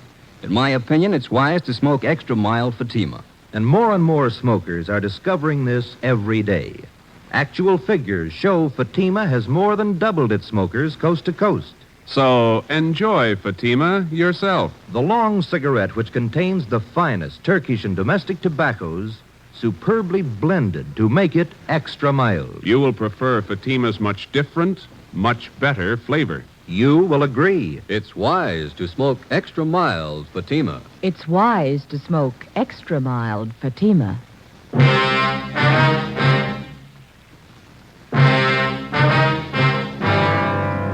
Saturday, April 29th. Last rites were held for Sergeant John Maxwell, and he was buried at Holy Cross Cemetery. A guard of honor from the police department was present, along with most of the men Maxwell had worked with in Bunko Fugitive Detail. The chief of detectives delivered a short eulogy, and one of the men from the department band sounded taps over the grave. We got back to the office at noon, checked in at the record bureau. The photocopy room had taken negatives of Garvey's and Fleming's coming out mugs and made duplicates that were distributed to all officers. The stakeouts continued at the Fair Deal and the 14th Street Hotel where Lorraine Thomas was staying. She was put under protective custody. Ben and I, Ricketts and Chandler, went on stakeout at the Three Kings Liquor Store on Wilshire Boulevard. It was a large, modern place, and it did a volume business, especially on Saturday night. Ricketts and Chandler covered the store from the outside. Ben and I were stationed in the supply room at the rear of the place, where we had the main counter and most of the store in full view. We set up a prearranged signal with the clerk on duty, and if and when Garvey and Fleming showed up, the clerk was to accidentally knock an empty bottle off the counter. We waited until midnight. Nothing happened. It's the first customer in half an hour. It's kind of slow. Yeah. Wait a minute. Here comes another one. No sale. It's a woman. Bottle of muscatel, please. Clerk sure got the jitters. Well, I'll put in with him. Well, I could go for a hamburger. Why didn't you eat dinner? I wasn't very hungry then. Oh, I got an almond bar. You want it? Yeah, thanks. Wait a minute. Another customer. Yeah, man. Can't see his face too well with that hat on, can you? That's Fleming. Come on. Police officers, get your hands up. Watch it, Joe. You hit him. He's going out the front. Come on. Ricketts and Chandler stopped him. Yeah, he's down. Watch him. Get the gun. Yeah. Yeah, here it is. That's Fleming, all right. Ricketts, call an ambulance. What's the score? Looks like one in the shoulder and legs, too. What about Garvey? I don't know. What do you think? Fleming stopped all the slugs. Yeah. Let's ask him.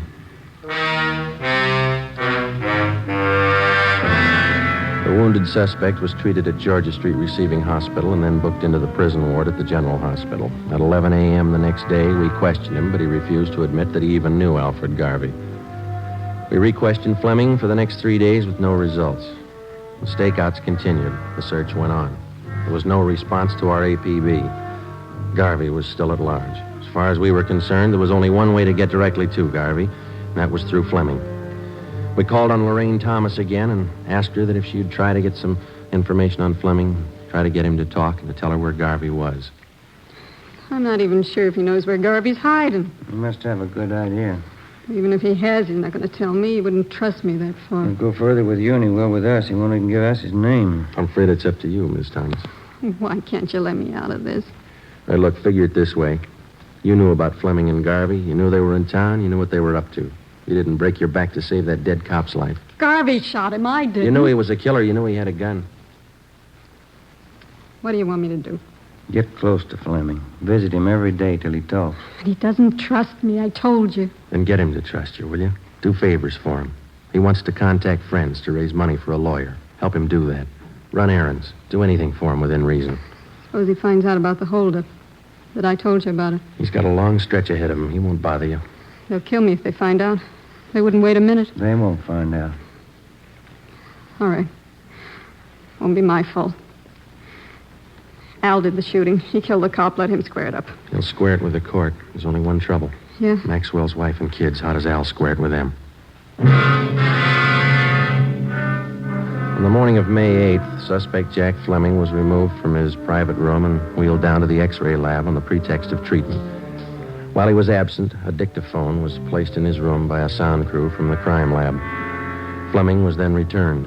That afternoon, while Ben and I listened in on earphones in the next room, Lorraine Thomas paid her first visit to Fleming. We had briefed her on how to proceed in getting the suspect to talk, in particular, to reveal Garvey's hideout. It was a slow process. For the next 15 days, between the hours of 2 and 4 in the afternoon, Mrs. Thomas visited Fleming while Ben and I monitored their conversation in the adjoining room. For 15 days, despite all her shows of confidence, Fleming refused to confide. He was sullen and close-mouthed. Some afternoons he would hardly speak to her. On the 16th day, his mood seemed to be improving. Here. Let me fix that pillow for you, Jack. There. Is that better? Yeah. That's good. Thanks. I got in touch with Dave and Johnny like you asked me to. Huh? What'd they say? Well, they said they could get you the money for the lawyer the day after tomorrow. And Dave said he might be over to see you tonight. Yeah. That's fine. Once I get a lawyer, I'll stop worrying. I stopped by Danelli's place, too. Pop Royce wasn't there. I'm going back tomorrow to see him. He ought to be able to help. You've been okay, Larry. I won't forget it. Oh, that's what friends are for. Gee, I'm sure sorry you had to get it this way. Forget it. I can give it back where it came from. Say, I brought you some new magazines, a couple of candy bars. Swell. Put them over here near the bed, will you? Yeah, sure. Let me get them for you. There, Jack. See, I'll put them right here on this table. I'll bring you some more tomorrow. That's fine. You're going to try and see Pop Royce again tomorrow? Yeah, they told me he'd be in around noon for sure. If I don't see him then, I'll keep trying till I do. Yeah, that's it. Oh, listen. There's something else. Sure, Jack. Come here. Hmm? I don't want to talk loud. The cops might have bunked this room. Yeah. All right. A little closer. Okay. Tonight, I want you to go to George's joint, the Blue Moon, down on South Flower. Yeah? And ask for George at the bar. He's usually around from 11 on. Uh-huh. Tell George you've seen me. He'll know it. Then tell him to take you to Al. To take me to Al? Yeah, Al Garvey. George knows the place. Yeah. Okay, Jack. And keep your mouth shut. Don't talk to anybody but George. He knows the place. All right, Jack. It'll help you out. Well, Yeah. it's a long wait. Get paid. Let's go. 10:45 p.m. A detail of 3 cars followed Lorraine Thomas to the Blue Moon Tavern on South Flower Street. We parked down the block and watched her go in. At 15 minutes past 11, she came out with a small, fat man in a dark blue suit. They got in a tan-colored coupe and drove south. The cruiser cars, using 3-way radio, tailed the coupe alternately out through the Echo Park area and then back to the starting point at the Blue Moon Tavern. Lorraine Thomas went back into the bar with a man and 20 minutes later came out, caught a taxi, and took it to her hotel on 14th Street. We drove back to the office. It was 5 minutes past 1 a.m. That's it? I get it. Munko Fugitive, Friday. Lorraine Thomas, Sergeant. He showed me the place George did. Where? We drove past it. 1032 Alamo, apartment 3. Is Garvey there now? No. George said he's supposed to be there tomorrow in the afternoon, 5 o'clock. George said I'll have to go alone. Are they watching the place? I think so. Garvey's staying with another man. They got guns. You know where Garvey is now? George wouldn't tell me. We can't afford to tip our hand. How do we know Garvey will be there at 5 o'clock tomorrow? That's just it. We don't. May 9th, 3 p.m. An immediate stakeout was placed at the suspected hideout. A detail of 20 plainclothesmen began filtering into the neighborhood in the vicinity of 1032 Alamo Street. The 3-story apartment house at that address was checked thoroughly and then covered on all sides. Apartment 3 on the first floor was checked out, too. It was registered to a Thomas King, whom the manager identified as Alfred Garvey from his mugshot. To avoid pedestrian casualties, we toured the immediate vicinity between 3 and 4:30 that afternoon, advising residents and storekeepers to clear the street and stay inside. At 4:35 p.m., the men in the detail took up their assigned positions. We waited. Hold that light, will you? Yeah. Thanks. Awful lot of trouble for that punk Garvey. Be more trouble if he doesn't show. No such luck. Tan coupe coming down the street behind us. Same one we tailed last night. A girl driving. There's 2 guys with him. Yeah, Garvey's one of them. They're pulling up. Ready? Now, wait a minute. All right, let's go.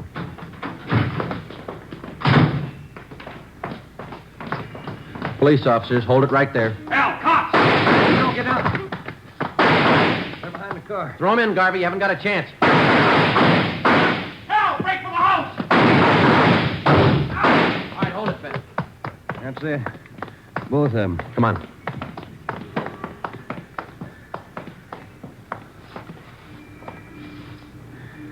Both dead.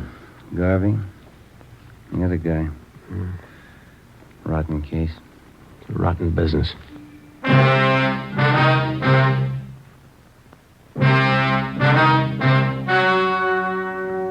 The story you have just heard was true. Only the names were changed to protect the innocent. On August 2nd, trial was held in Superior Court, Department 93, City and County of Los Angeles, State of California. In a moment, the results of that trial. It's amazing how many long cigarette smokers are changing to Fatima. Here is the actual report. From coast to coast, king-size Fatima has more than doubled its smokers. Yes, more and more smokers every day are discovering that Fatima is the best of all long cigarettes. Long cigarette smokers find Fatima has a much different, much better flavor and aroma. Long cigarette smokers find that Fatima is extra mild because it's the long cigarette which contains the finest Turkish and domestic tobaccos superbly blended to make it extra mild. So enjoy extra mild Fatima. Best of all long cigarettes. It's wise to smoke extra mild Fatima. It's wise to smoke extra mild Fatima.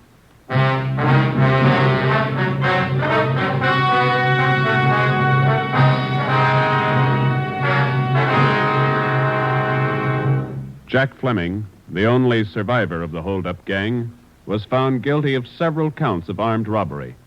Garvey's accomplices who aided him in hiding out were tried and convicted of being accessories. They are serving prison terms as prescribed by law.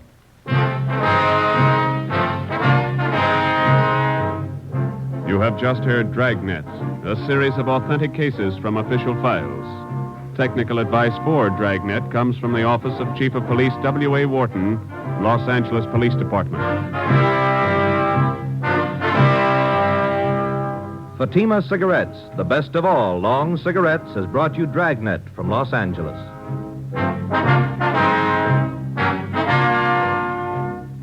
The Halls of Ivy is pleasant listening tomorrow on NBC.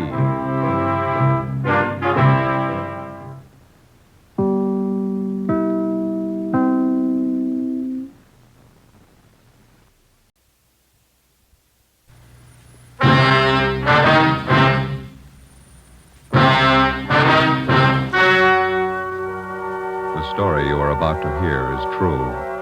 Only the names have been changed to protect the innocent. Fatima Cigarettes, best of all long cigarettes, brings you Dragnet.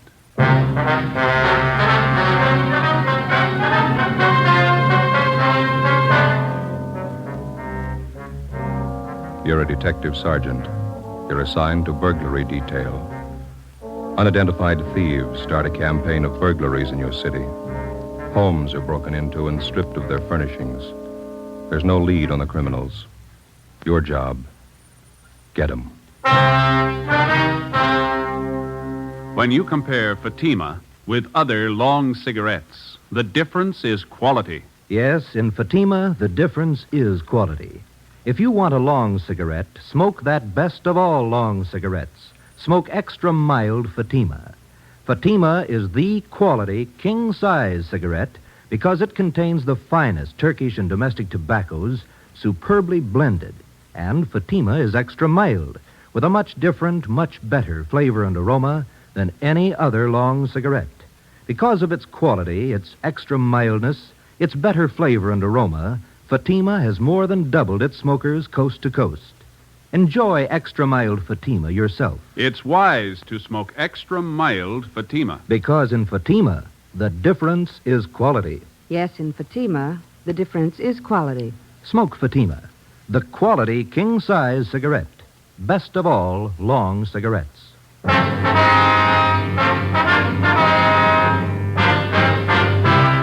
Dragnet, the documented drama of an actual crime.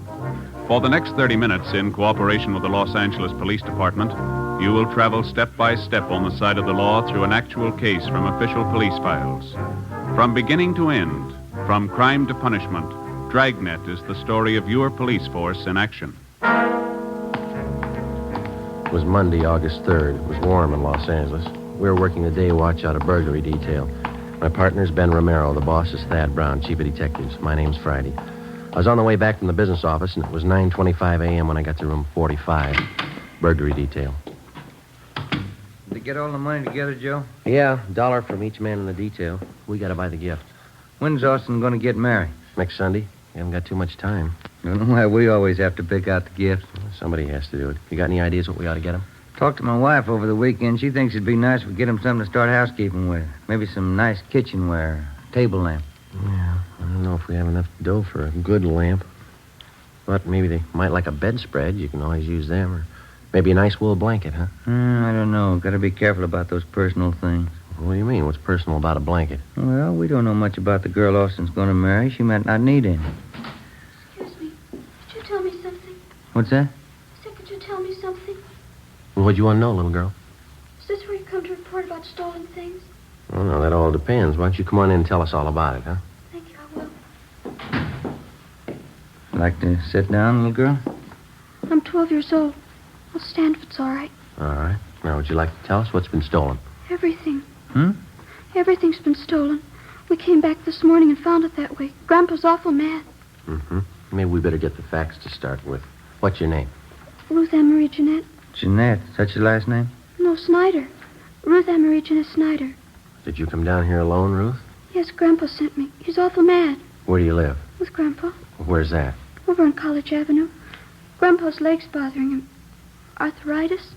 So he told me to come down and tell you about it. About what, man? Everything. We came back this morning on the train, and when we got home, we found everything was stolen. It's terrible. What do you mean by everything? I walked all the way over here to tell you. I'm thirsty. Is there a drinking fountain in the hall? Oh, we've got a cooler over here. Let me get you a cup, huh? Thank you.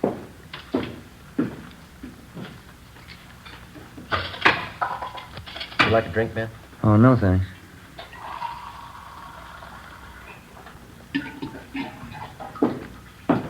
All right, little lady. Here you are. Thank you very much. Now, would you like to tell us what it's all about? Grandpa and I got back to Los Angeles on the train this morning. We've been on a trip back to Indiana. Uh-huh. We took a taxi cab home from the station. When we got there, everything was gone. Everything but the rug in the dining room. Yeah? All the furniture, every single bit. The sofa, the chairs, my desk upstairs, the stove. Everything's been stolen. I want you to find it. Means someone broke in while you were gone and took all your furniture. Is that what you think? You know they did. The lock on the back door, it was broken. They took everything but the dining room rug. That's why Grandpa's home now. Hmm? He thinks the crooks will be back. He's sitting on the rug because he says if they take that, they'll have to take him, too. We better hurry. Yeah? Grandpa's not very big.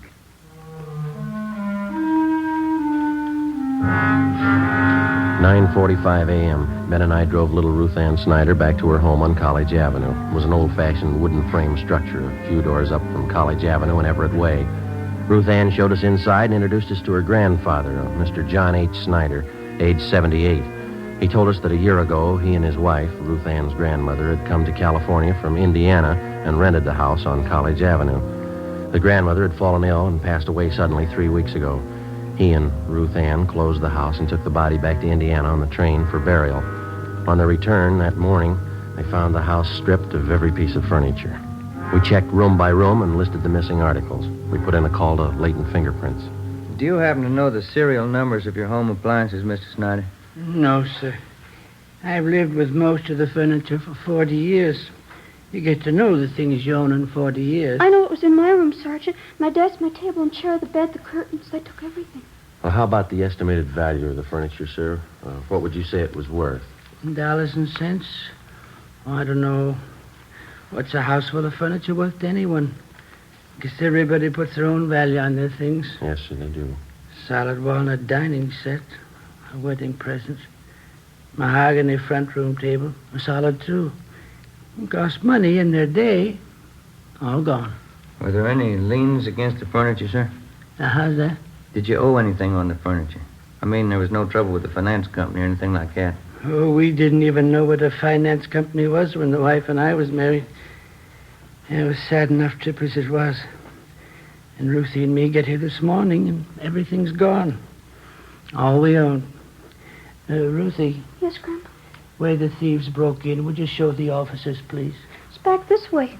Okay. How are you and your grandfather going to make out here, Ruth? Well, Grandpa says we'll buy 2 cots for tonight, Army surplus. There's no stove to cook on. We'll have to eat out. Mm-hmm. Maybe we'll have to go back to Indiana. Grandpa doesn't have much money. He's on a pension. Here's the back door. You can see what they did to get in. Must have used a hammer and a crowbar. Smashed it clean through. You'll find the crooks, won't you, Sergeant? We're going to try, Ruth. Better have the crime lab check this, huh? Yeah. How about your neighbors, Ruth? You know any of them well? I know who they are. I don't know any of them good. They're not very friendly. We'd like to ask you and your grandfather a few more questions, Ruth. All right. I don't know what I'm going to do when school starts. They stole all my stuff, even my composition tablets. I didn't have to take those. Which grade are you in, Ruthie? I was in A7. I'll be in the B8. Why would they take my school things? I don't know. You see how they got in back there? Yes, sir, we did. By any chance, did any of your neighbors know that you and Ruth here were going away? Well, I didn't mention it, no. Then no one kept an eye on your house while you were gone. No, I didn't think it was necessary. Might have helped. I just remembered, Grandpa. Mrs. Merton. I told her we were going away. Who's that, Ruth? She runs a store down at the corner, the bird store. Yeah. She sells canaries, other kinds of birds, too. Mrs. Merton's her name. Store's right down the corner. You figure she's the only one who knew you'd be gone from the house for some time. Must have been the only one. All right, Mr. Snyder, we'll be back to see you later on. And here's our card. We'll see if we can't do something to help you out here. Let's see here.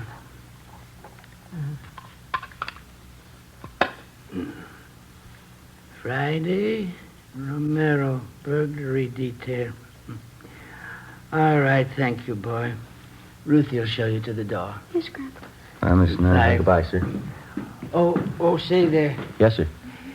Guess you understand, but I'd like to apologize anyway. I just couldn't do it. What's that, sir? Offer you a chair.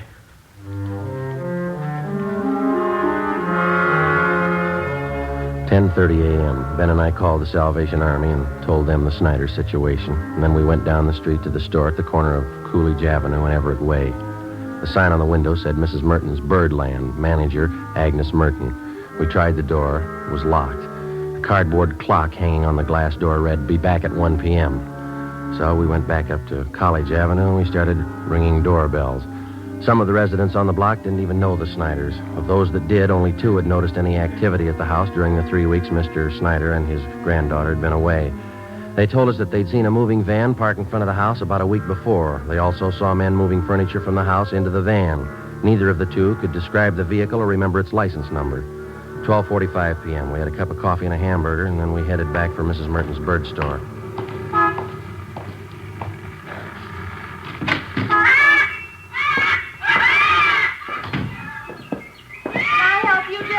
Yes, ma'am. Police officers. You have a few questions for you. Certainly. Something about birds? No, ma'am. About one of your neighbors. Oh. The Snyders. They live just up the street from me. Oh, yes, old couple. Poor Mr. Snyder passed away, you know, a few weeks ago. Yes, ma'am, we know. They have a wonderful granddaughter, Ruthie. She and I are getting to be great friends. The Snyders having some kind of trouble? We're investigating a burglary at their house. Oh, is that so? Now, you be quiet, Mary. You heard what I told Blackie. Just eat your food and be quiet. I guess you knew the Snyders have been away for the last few weeks. Yes, I did, but they're back. I saw Ruthie pass the window this morning. You noticed any activity around the Snyders' house since they've been gone? Well, yes, I did. Well, just what you noticed, Miss Merton? Well, it was 7 or 8 days ago, I think. Some white moving truck stopped in front of their place, and the 2 men started moving out Snyder's furniture. Uh-huh. Thought it was a little strange because Ruthie hadn't told me anything about moving. And in fact, she said definitely she and her grandpa were coming back after poor Mrs. Snyder's funeral in Indiana. Did you investigate it all, ma'am? Oh, excuse me. Who was that? You, Fred? Yes, you ought to be ashamed. You can see I'm busy. Another outburst like that, and all three of you, Fred, Blackie, Mary, I'll take care of you. Now, where was I? You saw the moving van in front of the Snyders. Oh, yes. And I went up to the moving men and asked them if the Snyders were going back to Indiana. Well, of course, they didn't know anything about it. Did you inquire at the Snyder's house? Well, no, it so happened I didn't. I was on my way to one of the big aviaries in the valley, and I just didn't have time to stop. How about the moving van? Did you happen to notice the license? I don't remember the numbers. Any identifying marks about the truck you might remember? Maybe a sign on the side? Yes, the side of the truck was painted white, and there was large blue lettering on it, van and storage, it said. I remember that much. Was that all? Well, yes, as I said, I was in a hurry. I had to pick up 3 sick canaries out in the valley. Is there anything else about the incident you can remember? Anything at all? No, I'm afraid not.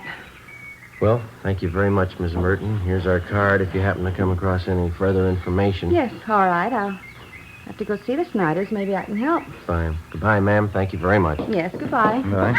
Fred, now you step up just a minute. Fred? Yeah, not much help there. Not much. Give me an idea, though. Wedding present for the Austins. Yeah? Maybe a couple of canaries? In a nice cage?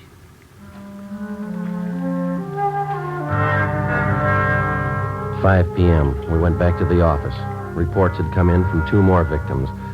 That night, Ben and I drove out to interview them. The circumstances of the theft and the M.O. of the criminals matched identically with the Snyder case. Both of the families victimized had gone off on vacations and neglected to notify either the neighbors or the patrolmen in their area. Both had allowed daily newspapers to collect on their doorsteps in their absence and otherwise left signs that their homes were vacant. In both cases, the thieves had forced an entrance through a back door or a window, stripped the house of every last piece of furniture, and either hauled it away themselves or hired somebody to do it for them. We started canvassing the 2 areas where the crimes had been reported. Again, the neighbors saw the moving vans, but none were able to definitely identify the vehicles or their license numbers. Captain Fulton called us into his office. You're going to have to try harder. I know they're hard to get, but get them fast. We've done about everything we can so far, Skipper. Only one small lead. The thieves seemed to be using a different moving van on each job. We started to check the movers around town, the transfer companies. Leighton Prince come up with anything yet? No luck there. One of the lousiest rackets we've had since I came on this detail. Whole house full of furniture, everything a family owns. Yeah. Well, we'll stay on top of it. The stats office may come up with something. How about an outlet for all that stuff that's been stolen? Thieves can't be sitting on it. Pawn shop and second-hand details have been alerted. They're checking regular outlets, auction houses, second-hand places. Nothing yet. What about some kind of preventive idea? At least slow them down. A good dose of publicity on the whole thing would help. If only people wouldn't keep it a secret when they're going away. Neighbors aren't alerted. That's why a lot of them didn't think much of it when they saw the moving vans parked at those houses. And drawn blinds and the newspapers on the doorsteps didn't help much either. It's an open invitation. Well, I'll see what we can do on the publicity end. We've had one campaign on this already. No, excuse me. Burglary, Captain Fulton. What's the address? Okay, I got it. Thank you. Here you go, another one. 63 hours just called it in. Family back from vacation. Furniture all gone. Here's the address here. Thank you. Better get on it right away. Let's go. I'll have a little more help for you on this tomorrow. Crowley and Barnes will be free. They can work with you. Okay, Skipper. Check you later. Right.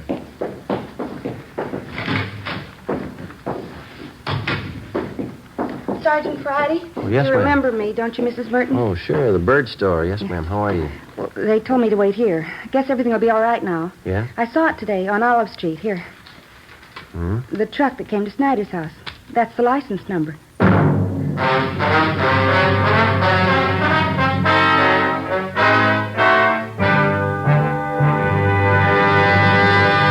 You are listening to Dragnet, the case history of a police investigation, presented in the public interest by Fatima Cigarettes. It's amazing how many long cigarette smokers are changing to extra mild Fatima. Here is the actual report. From coast to coast, Fatima has more than doubled its smokers. Here is the reason why. When you compare Fatima with other long cigarettes, the difference is quality. Yes, in Fatima, the difference is quality.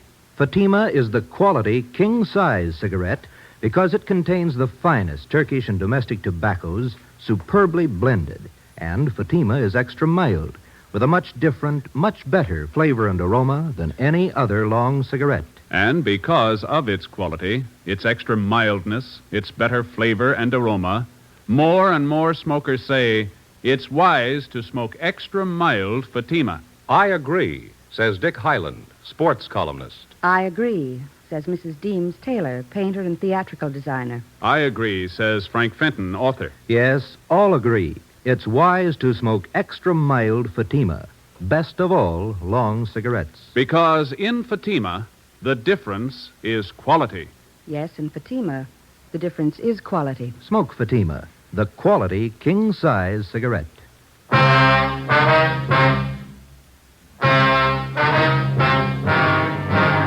Tuesday, August 11th, 6 p.m. The license number, which Mrs. Merton had given us, was checked through DMV. We found that the truck was registered in the name of a local second-hand furniture dealer by the name of Ralph Grismore. We checked his name through the police commission and then the I Bureau. He had a good reputation, no criminal record. Early the next morning, we picked up Mr. Snyder and his granddaughter, Ruth, and we drove to Grismore's second-hand furniture store. We identified ourselves and asked to look at his buy book. Under the date of July 27th, Grismore had recorded the purchase of more than 3 dozen articles of furniture from a house on College Avenue. The address was that of the Snyders. The man and the woman, Sergeant, they said they'd sold their house and they were going east. Man said the company he worked for transferred him to Boston. Told me he had to get back to take over his new job. Would you recognize the people if you saw them again, Grismore? Sure, I think so. The woman was a great talker. She said they figured on selling the stuff piece by piece. They'd get more, but since they had to leave town the next day, she decided to sell the whole lot to a dealer. You got the furniture for a pretty low price, didn't you? Pretty good price, yeah. That's why I went along in the fast deal. Wasn't going to talk myself out of a bargain. They wanted to sell fast, so I wanted to buy. I didn't think anything was wrong. Sergeant. Yeah, Mrs. Snyder? Our walnut dining room set.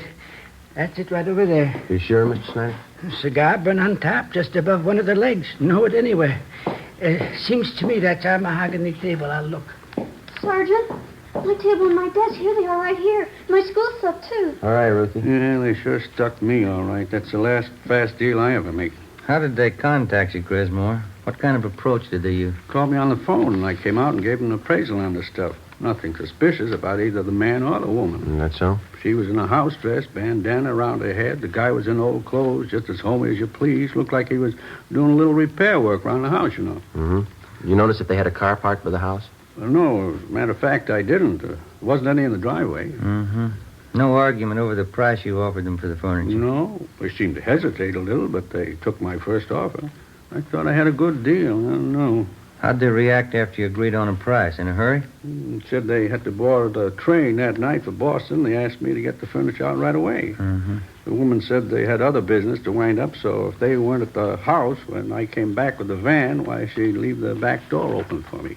I guess you realized you were going to have to place a hold on this furniture that you bought. Yeah, I know. I got no one to blame but myself. And you gave this man and woman a check for the full amount of the sale. Is that right, Grismer? $550 down the drain. Do you have the canceled check? No, not yet. If you like, you can probably get it from the bank. Don't imagine those crooks would waste any time cashing it. Mm-hmm. We'd appreciate it if you'd run down to the bank with us now. Okay, sir. Sergeant, could I speak with Mr. Grismore? Sure, Mr. Snyder. Mr. Grismore. Yes, sir. I'm sorry about all this. I didn't know. Oh, I understand, sir.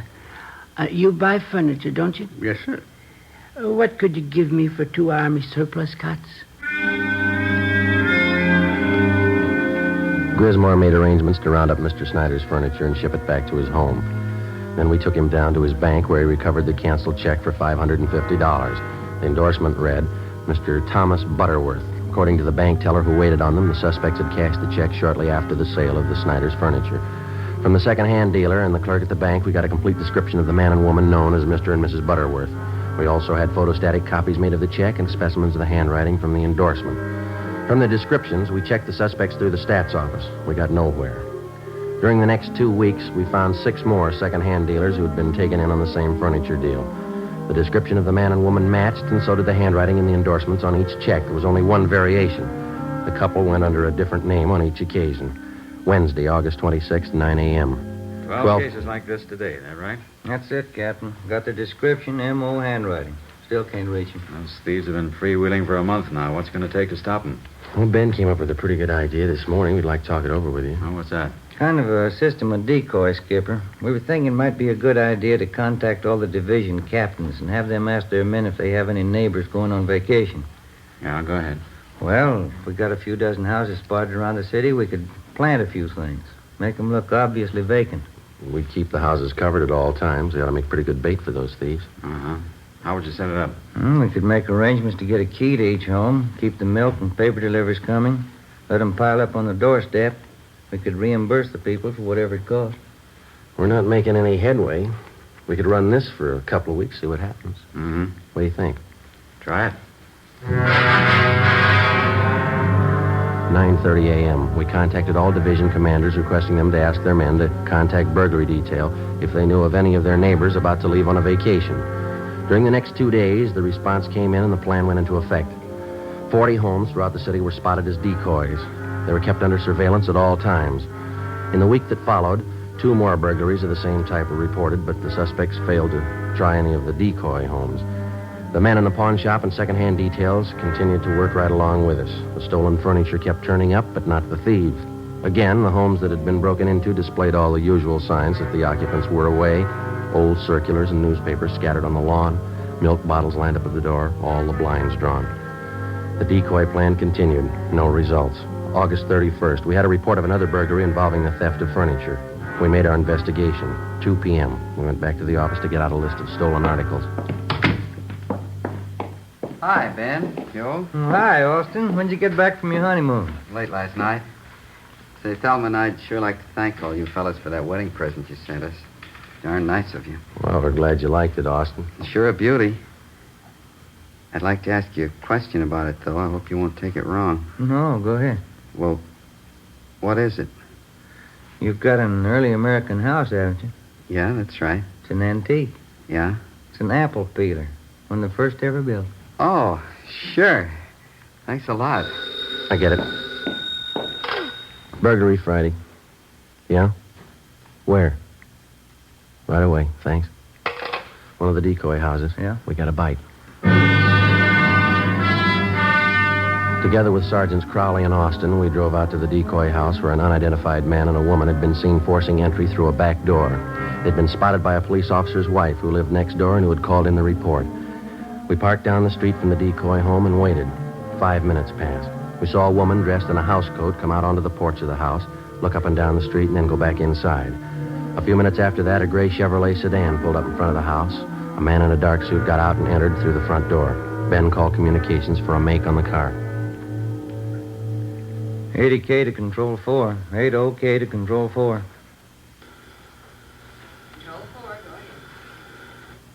Request DMV on 6 Mary 6778. Repeat, 6M 6778. Information urgent. Roger, 80K. KMA 367. We waited. There were no signs of activity from the decoy house. 2 minutes after Ben put in the call, we got our make on the gray sedan. Control 4 to 80K. 80K, go ahead. 6 Mary 6778. 6M 6778 is registered to the Donahoe Furniture Company. Legal the same. 7811 Harvard Boulevard. It is a Chevrolet Deluxe 2-door sedan, 1941 model. Engine number C6VA4414. 80K, Roger. KMA 367. A few minutes after the call back, a moving van drove down the street and backed into the driveway of the decoy house. The sign on the side of the van read Donahoe Furniture Company. 2 men got out, went up to the front door, and were let in. They came out in a couple of minutes and loaded a sofa into the moving van. Okay, Joe. Crowley and Austin get the sign. Yeah, here they come. Let's go. Hey, you and Crowley want to cover the back, Austin? Right. Let's go, Crowley. Yeah. Come on, Ben. Mm-hmm.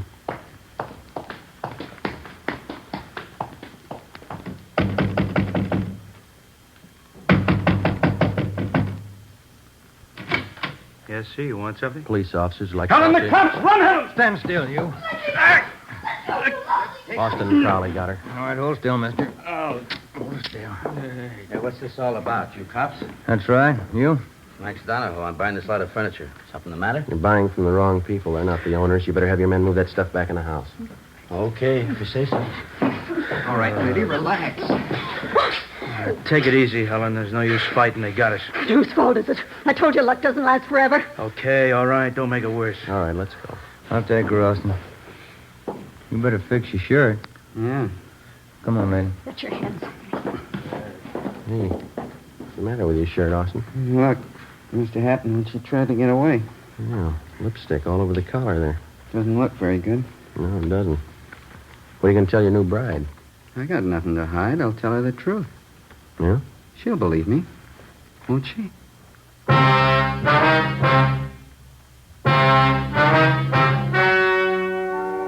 The story you've just heard was true.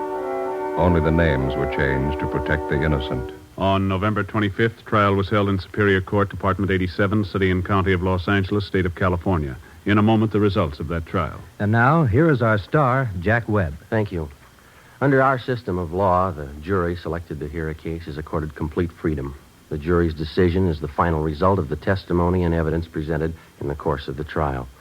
And so, with Fatima, they are the final result of carefully selecting and blending only the finest Turkish and domestic tobaccos to make Fatima extra mild. If you're a long cigarette smoker like I am, buy a pack of Fatimas and compare them with other long cigarettes, and you'll see the difference is quality. Yes, in Fatima, the difference is quality. So, smoke Fatima.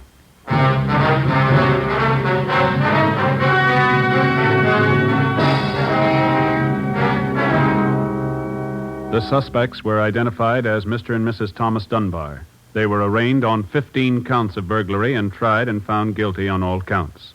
They are now serving their terms in the state penitentiary.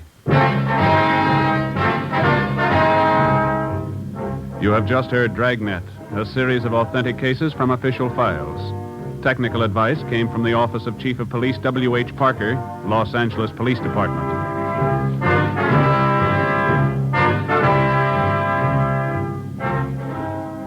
Fatima Cigarettes, the best of all long cigarettes, has brought you Dragnet from Los Angeles.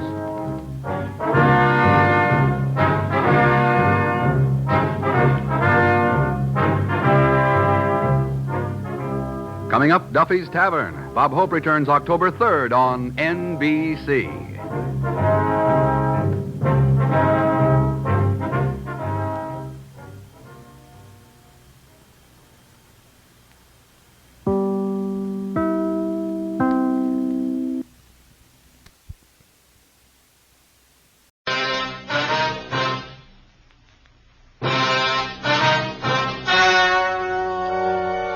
The story you are about to hear is true. Only the names have been changed to protect the innocent.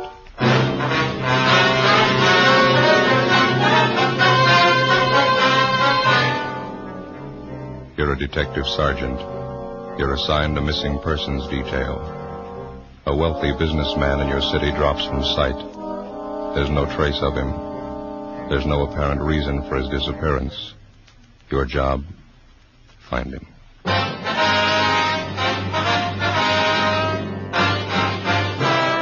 Dragnet, the documented drama of an actual crime. For the next 30 minutes, in cooperation with the Los Angeles Police Department, you will travel step by step on the side of the law through an actual case transcribed from official police files. From beginning to end, from crime to punishment, Dragnet is the story of your police force in action. It was Saturday, February 6th. It was foggy in Los Angeles. We were working the day watch out of missing persons. My partner's Ben Romero. The boss is Thad Brown, chief of detectives. My name's Friday. I was on the way back from communications, and it was 8:15 a.m. when I got to room 67A. Missing persons. Hello, Joe. Oh, hi, Vance. How you coming on the Jarrett case? Oh, nothing. It's a dead end so far. Yeah, it's a tough one. Joe? Yeah, Ben. Just got a call from Evans, Harbor Division. They found Jarrett's car. Where? Parked at the end of Pier 6, abandoned. Found it about 7 o'clock this morning. Yeah, they checked the car over? Mm-hmm. They found Jarrett's coat in the front seat. Letter in the pocket. Yeah? Suicide note. John Keith Jarrett was a prominent and prosperous man. He was a well-known civic figure and socialite. As a young man, he'd inherited a moderately successful business from his father, and over a period of 20 years, built it into a $1 million concern. He was apparently happily married to an attractive woman, and he was the father of 2 grown children, a son, Keith, age 26, and a daughter, Evelyn, age 23. Of According to his friends, business associates, employees, and advisors, there was no logical reason for Jarrett taking his own life. The letter found in the abandoned car on Pier 6 was brought downtown and the handwriting checked. It matched perfectly with the other specimens of Jarrett's writing. There was no sign of the gun which Jarrett was supposed to have carried. 9:35 a.m. Ben and I drove down to San Pedro, boarded police boat number 1, and joined with officers Brett, Hanby, and Tretter in a 2-hour search of the area around Pier 6. We found nothing. 11:40 a.m. The launch headed back for the dock.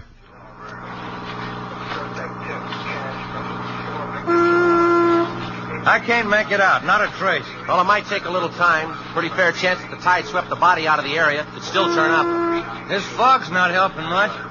Yeah. Maybe I'm just ornery this morning, Joe. I sure can't buy this thing the way it stands. I'll put in with you there. Jarrett disappears Thursday night after work. His car doesn't turn up till this morning. If he made up his mind to jump off the pier, why'd he stall around an extra day and a half? I don't know.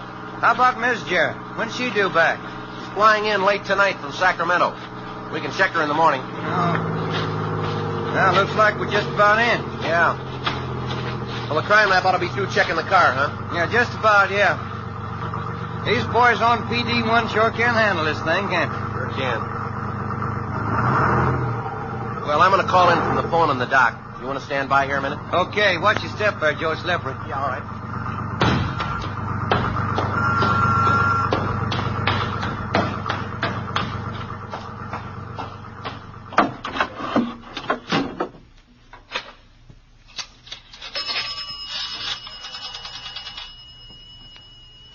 Michigan 5211, please. All right. Crime lab, please. Hi, Lee. Joe Friday. Did you look over that car? Mm-hmm. Where? Oh. Yeah, we'll check with you. Right, thanks.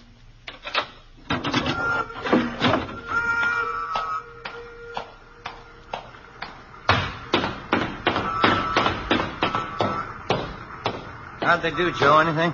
Jarrett's gun. The crime lab boys finally found it. Where? In his car. It was hidden up under the dashboard. Yeah? Gun's been fired recently. 2 empty shells. How the recovered gun might tie in with Jarrett's disappearance and the suicide note, we had no idea. When the car was found abandoned at the end of Pier 6, the obvious guess was that Jarrett had taken his life by drowning. If that was the case, what accounted for the 2 shells in his gun? Why was it carefully hidden under the dashboard of the car after it was used? Why were the only fingerprints on it those of Jarrett? Together with Sergeant John Epperson, Ben and I spent the rest of the day interviewing the friends and business associates of the missing man. The answers were the same. Not one of them could think of a good reason why Jarrett would take his life. More than half of them thought that he'd met with some kind of foul play. Late that night, Mrs. Jarrett arrived back in the city. The next morning, Sunday, Ben and I drove out to the mansion in Bel Air to talk to her.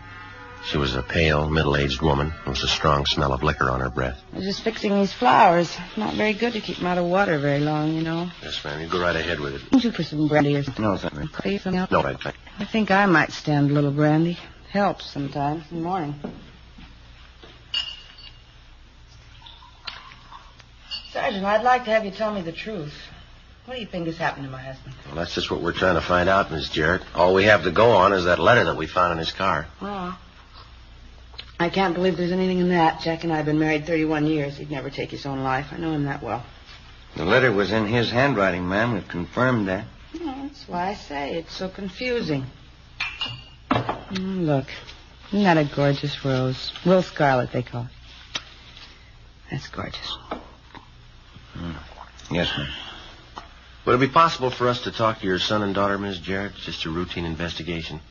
Well, I'd rather not have Keith or Evelyn brought into this, if you don't mind. Are you sure you wouldn't care for some brandy? No, thank you. Thank you. I don't mean to sound arbitrary, ma'am, but this case isn't exactly trivial, and I'm afraid that your son and daughter will have to be brought into it sooner or later. Well, it can't be helped, I guess. If you like, I'll give you their addresses. Keith lives in Hollywood, and my daughter Evelyn has an apartment near Malibu. Either one married? They're both single now. Evelyn's been divorced. Mm-hmm. Any trouble between you and your husband? I mean, any recent arguments? Yeah?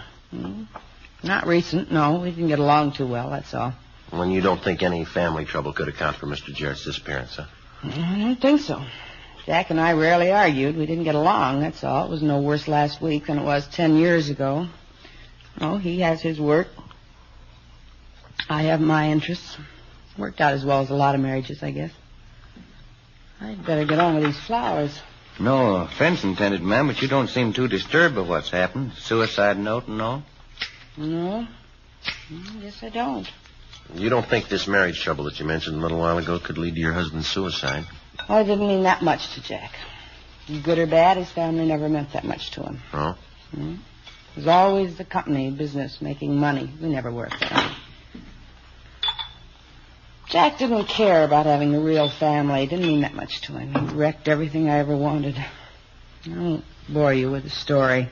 Do you know of any business troubles that might have upset him? No. Jack never discussed business with me. He had his own interests. The children had their own interests. I guess I have mine. Ma'am? I drink, Sergeant. It's something to do. I drink every day in the week. I drink quite a bit. It's only been since the children left. I blame them. Jack didn't care. Guess I don't care myself anymore. We never were a family. Do you know if your husband's seen your son or daughter recently? Oh, he never visits them. He never had anything in common with them. And you still don't think that this trouble has any connection with what might have happened to Mr. Jarrett? Maybe. I don't think so. Doesn't seem to matter that much to me. How do you mean? Well, it doesn't matter, Sergeant. I don't hate Jack. I don't love him. Yeah. I just don't care, that's all.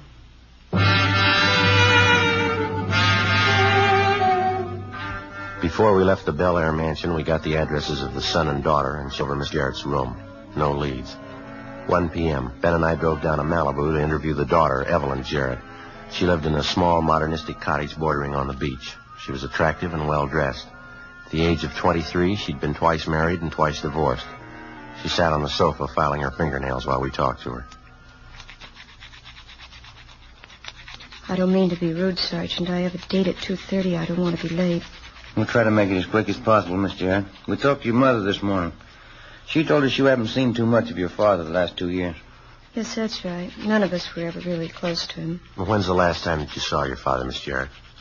Well, up until last Thursday night, I hadn't seen him for about 5 months, I guess. Oh, you saw your father last Thursday night, was it? Yes, he called me that afternoon. He said he wanted to have dinner with me and my brother Keith. Did you have dinner with him? Yes, a little Spanish place out on Melrose. Keith was late as usual. Wasn't that pretty unusual for your father, having you and your brother get together with him for dinner? Well, it didn't happen very often. Mother probably told you about that. Well, how did he seem that night? Did you notice anything unusual about him? No, he was pretty much the same as always. Asked Keith and me how we were getting along, if we needed any money. He didn't mention anything about leaving the city, going on a trip, maybe? No, he didn't. We had dinner, a few drinks, then I left. What time was that, Miss Jarrett? A little after midnight, I think. Well, Keith and my father stayed on. They said they were going to have a few more drinks. I see. Care for a cigarette? No, thank you very much. Here you are, I'll get it. Thank you. How was your father when you left him, Miss Jarrett? In pretty good mood? Oh, he and Keith were arguing as usual. After a few drinks, they always argue. Anything serious? I don't know. Keith had some debts. He wanted Dad to pay them off. There's one thing I'd like to ask you, Sergeant. Yeah. I read the story in the paper, that gun you found in my father's car. Was it an inflated revolver, a .32? Yes, that's right. There were 2 shells fired. Funny. Dad hasn't had that gun for a year. Reason I know is because after my divorce, I moved into this place alone. I thought it'd be a good idea to have a gun around, so I asked my father for his. Yeah? Well, he told me he'd given it away already. He didn't have any more use for it. Who'd he give it to, do you know? Told me he gave it to my brother Keith. That was almost a year ago. Oh? It must be a mistake. If Keith had the gun, how could they find it in my father's car? Well, maybe Keith can tell us. As soon as we left Evelyn Jarrett, we drove to a public phone booth, and Ben put in a call to the Green Castle Apartments in Beverly Hills, where Keith Jarrett was living. There was no answer. Ben called the manager of the apartment. Yes, sir. How's that? Mm-hmm. When did you say? I see. All right. Thank you. Bye. Maybe we got something. What's that? Jarrett's son doesn't live there anymore. Manager says he moved in a hurry. Yeah, when? Thursday night.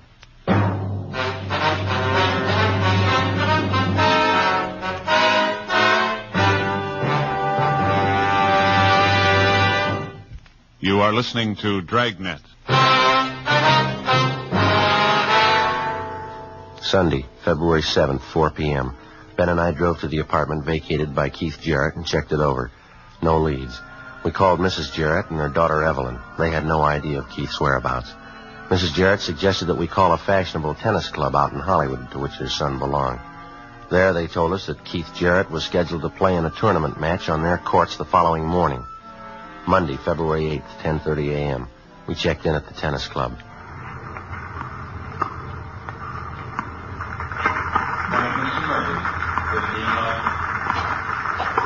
Joe, I talked to the man at the desk. Yeah? He said Keith Jarrett's around here someplace. He's having a boy page him. He'll send him over to her. Okay. Wonder if this is where he moved after he left the apartment. No, I talked to the clerk at the desk. They don't have living quarters here. And that's sure a beautiful stretch of lawn, isn't it? Yeah. Wonder if they have any trouble with Gopher. Nice shot. My name's Jarrett. You gentlemen looking for me? Oh, yeah. Police officers, Jarrett. We'd like to talk to you a few minutes if you don't mind. Oh, not at all. Got a match coming up.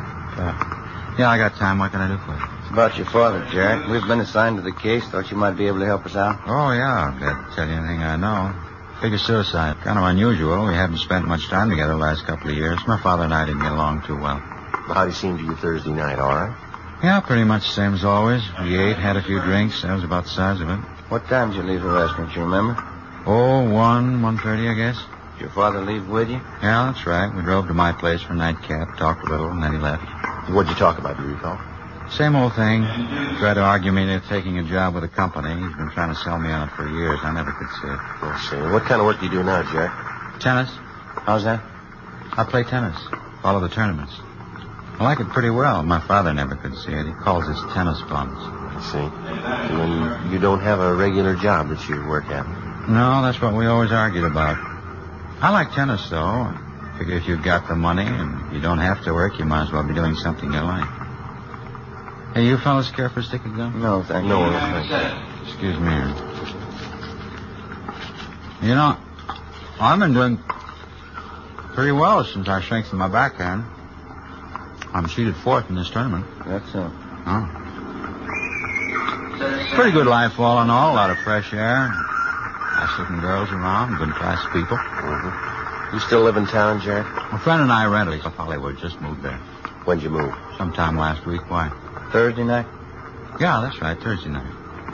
Is that supposed to mean something?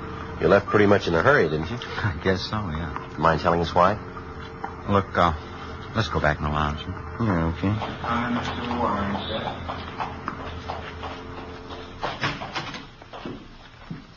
A little more privacy, no use advertising it. What's that? I got quite a few bills around town that need paying. Tried to get my father to cover them when I saw him Thursday night. He turned me down, so I figured the best thing to do was move. I'd lose some of the bill collectors for a while, anyway. Mm-hmm. Do you usually notify your family when you move? Well, I was going to let them know. I haven't gotten around to it yet. I don't think I get it, all these questions. Just routine, Jerry. We understand that your father gave you a gun about a year ago, a .32 revolver, nickel-plated. No, that's right. Well, if you had the gun, how come it was found in your father's car? Because he asked me for it back. Oh, it must have been a month, 6 weeks ago. You say why he wanted it back? No, I didn't ask him. I dropped it off one day when I was going by his office. You can check with his secretary, that Mr. Butler. Say, fellas, if you don't mind, I better run. I got that doubles match coming up. Just one more question, Jared. Can you think of a good reason why your father'd want to take his own life? Just one. Yeah? You met my mother?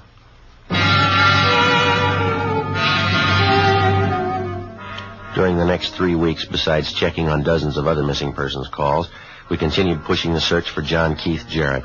One by one, we eliminated the possibilities.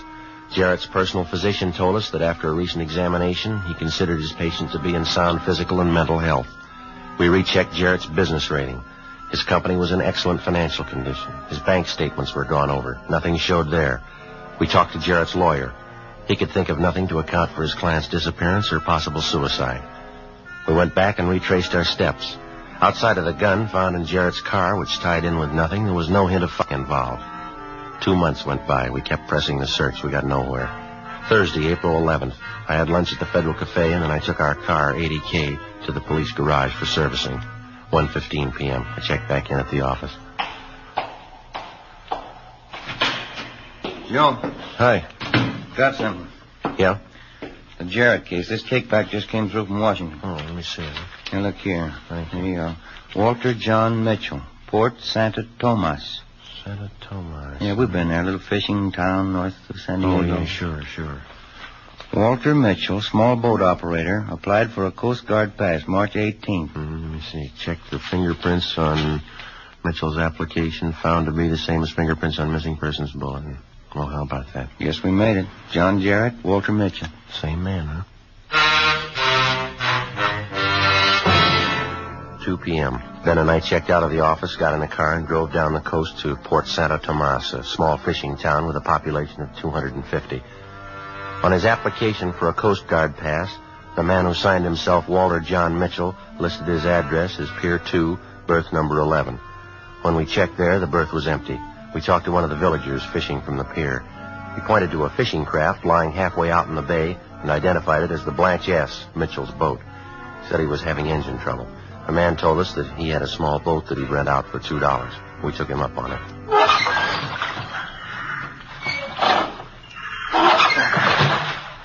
Sure hot down here. Think I'll get rid of this coat. Yeah, it's a good idea. Yep. I'll give you a hand there. Thanks. Yeah. Oh, it's sure a long pull.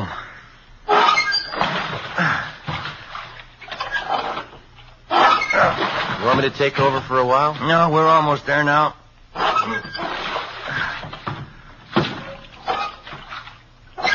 Yeah, easy now. We're coming alongside here. Yeah, all right. That ought to do it. Mr. Mitchell? Walter Mitchell? Yeah, coming. Who is it? Police officer, sir. Like to talk to you if you have a minute. Oh, all right. Come on aboard. Hold it steady there. All right, I got it. Go ahead, Ben. Yeah, all right. Look, watch. You better grab hold of my hand. Yeah, all right, thank you. Tie up and climb aboard. Yes, sir. Thank you. Come on up forward, officer. Thank you. My name's Romero, sir. This is my partner, Sergeant Friday. How do you do? How do you do, sir? Yeah, here we are. You can sit on that hatch cover if you like. Clean. Scrubbed it down myself this morning. Oh, that's fine. All right, thank you, sir. Beautiful day, isn't it? Nice warm sun. Look at that. Water's clear as crystal. Good life out here, officer. Yes, sir. I guess you have a pretty good hunch why we're here. Well, I don't know. I'd like to have you tell me. Well, your real name's Jarrett, isn't it? John Keith Jarrett? Yeah, I thought so. I've been halfway expecting it. Tell me, how'd you find it? Your application for a Coast Guard pass. Check the fingerprints on it. Well, yeah, but you didn't have anything to compare them with, did you? Well, when you applied for that permit to carry a gun, we got a set of your prints. They went out with the missing persons bulletin on you. Oh, yeah, I forgot. Washington matched up the prints and sent the information along to us. Yeah, it's all right. Sure handed to you fellas. I thought I was pretty smart covering up. Well, how about it, Mr. Jarrett? I mean, taking off like you did, don't you figure that maybe you have a little explaining to do? Yeah, imagine I do. Smoke? Oh, thank you. Yes, sir, I'd like one. Here, I got a match right here. Well, there's no need to tell you. You've had a lot of people worrying over you. I don't think there are too many. My secretary, maybe, right? Well, yes, sir. Look, I realize you men know your business. I know I don't have to remind you, but I just like to make it clear. What's that? I know a little bit of the law, and I want you to understand this. If you should tell anyone where I am, I'd consider it an invasion of my personal rights, okay? Any way you want it. Maybe you can't figure out my disappearing the way I did, but I think you know that legally I've done nothing wrong. I've respected the rights of the law, and now I want the law to respect my rights. Yes, sir, it's fine with us, Mr. Jarrett. There's just one thing. Yes, sir? We've chased down quite a few blind alleys on this thing. That false suicide that you staged, the gun, the letter. Do you think that maybe that earns us an explanation? I'm sorry about the legwork, believe me. You can hear the story if you want to, short version or long. Which one? Any way you want to tell it. Uh-huh. You met my family, have you? Yeah, we have. My wife? Yes, sir. My son, Keith? Yeah. My daughter? Yes, sir. Well, you know what they're like. My wife's been an alcoholic for 8 years. Why be polite? She's a drunk. My son's a tennis bum. There's no other word for that. My daughter? Yes, sir. You know it as well as I do. 2 divorces, different boyfriend every week. You might as well be walking the street. I worked hard for my family, Sergeant. I was proud of them once.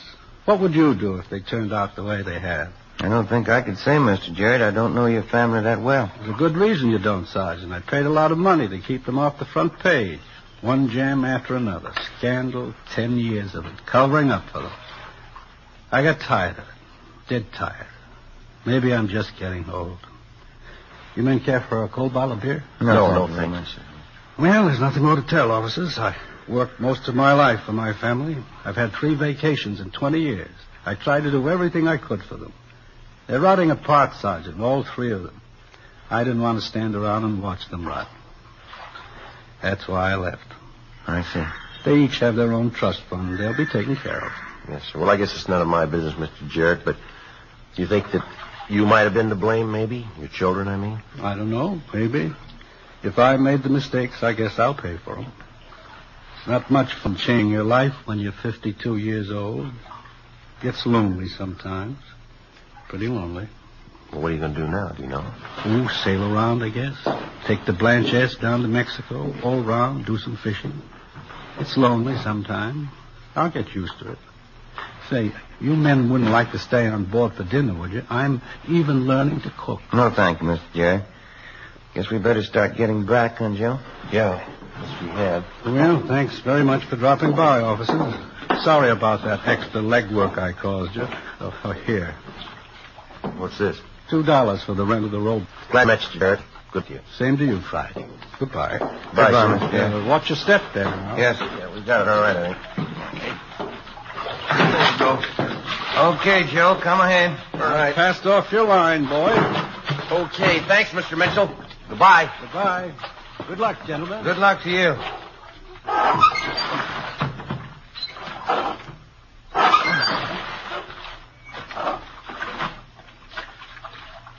Nice fellow, that Mr. Mitchell, huh? Yeah. Strange one, huh, Joe? Oh, I don't know. He seems pretty happy. Must have been pretty rough on him. Yeah. What's it prove? It's no crime to get lost.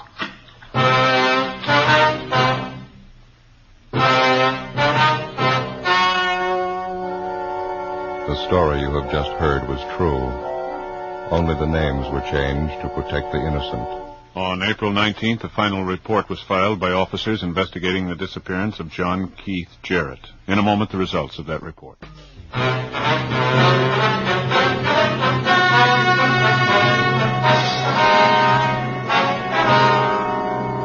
After a complete investigation by officers into the case, it was found that John Keith Jarrett had acted within his rights. Legally, for the officers to disclose his whereabouts would have constituted an invasion of privacy. 3 years ago, unknown to his family or friends, John Jarrett died and was buried anonymously.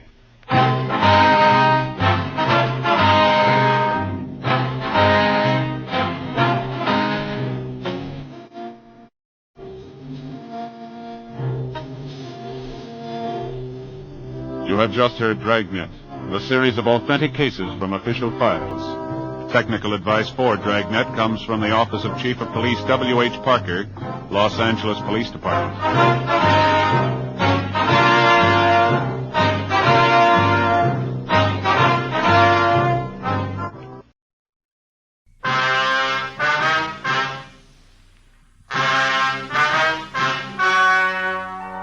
The story you're about to hear is true. Only the names have been changed to protect the innocent. Fatima Cigarettes, best of all long cigarettes, brings you Dragnet.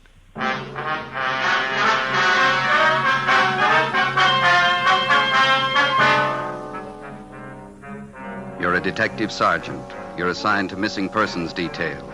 A 10-year-old boy disappears from his home in a remote section of the city. 2 nights and 2 days pass. There's not a trace of the boy. Your job, find him. Friends, compare Fatima with any other king-size cigarette. You'll find a world of difference. Yes, in Fatima, the difference is quality. Quality of tobaccos. The finest domestic and Turkish varieties. Extra mild, superbly blended. To give you a much different, much better flavor and aroma. Quality of manufacture. Smooth, round, perfect cigarettes. Rolled in the finest paper money can buy. Manufactured in the newest and most modern of all cigarette factories. Quality. Even to the appearance of the bright, clean, gold and yellow package. Carefully wrapped and sealed to bring you Fatima's rich, fresh, extra mild flavor. So compare Fatima yourself today. You'll find Fatimas now cost the same as other long cigarettes, but your first puff will tell you, ah, that's different. yes, in Fatima, the difference is quality. Buy Fatima.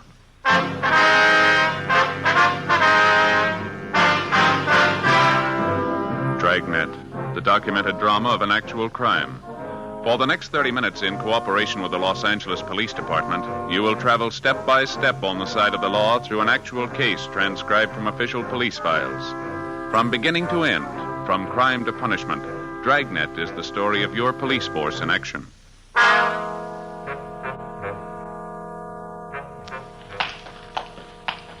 It was Wednesday, August 4th. It was hot in Los Angeles. We were working the day watch out of Juvenile Bureau. My partner's Ben Romero. The boss is Inspector Bowling. My name's Friday. We were on the way out from the office, and it was 2:25 p.m. when we got to Bowers Avenue, number 1218. Yes. Police officers, ma'am, we'd like to see Mr. Sherman. Oh, certainly, officers. Won't you come in? Thank you very much. I'm Mrs. Keller from next door. I saw you around here yesterday. Yes, ma'am. Came over this morning to look after poor Mr. Sherman. Yes, ma'am. Well, how's he feeling today? Not too well. Fixed him some nice chicken broth for lunch, and then I helped him in his wheelchair and took him out in the backyard out in the sun. Good hot sun. It's wonderful for his legs. He has arthritis, you know. Yes, so we understand. Wonder if we could talk to him, Miss Keller. Well, yes, I guess if you have to. He's still out in the back sleeping in his chair last time I looked. Seems a shame to disturb him. Well, he called us at the office, said he wanted to see us as soon as we could make it out here. Was it about his grandson, Jimmy? They found him yet? No, ma'am. Searching party's combing the area. There's still no trace of the boy. Did any of the other officers who were out here covering the neighborhood talk to you, Miss Keller? Oh, yes. There was Mr. Lorman, Detective Lorman. Yes, ma'am. I told him everything I knew about Jimmy's disappearance. It was right after dinner hour on Monday. It was about 6:30 last time I saw Jimmy. I see. I came out the side door to empty the garbage, and I saw Jimmy hiking up the side of the hill there, just in back of the house, all by himself. A nice boy. As far as you know, Mrs. Keller, Jimmy is Mr. Sherman's only living relative. That's right. His only relative, his only grandchild. Mm-hmm. Jimmy's mother and father were killed in an auto wreck. That was 3 or 4 years ago. Sherman's had a terrible lot of tragedy. Jimmy and his grandfather, they're the only ones left. You can't think of any reason why the boy would want to leave his grandfather, can you? None at all. Mr. Sherman's a wonderful man. Jimmy loved him, I knew that. Mm-hmm. Mrs. Keller? Mrs. Keller? Oh, that's Mr. You Sherman. there? He's awake. We can go through the house out the back here. All right, ma'am. This way. Thank you. Go ahead, ma'am. Yeah, okay.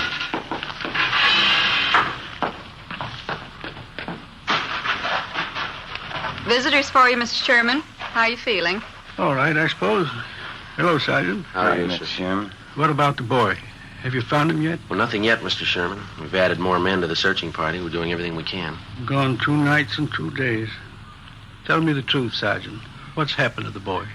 Well, right now, we don't know any more about it than you do, sir, but that's no reason to give up hope. You told us yourself yesterday that Jimmy's been missing once before. It turned out all right that time. He wasn't gone for 2 nights and 2 days.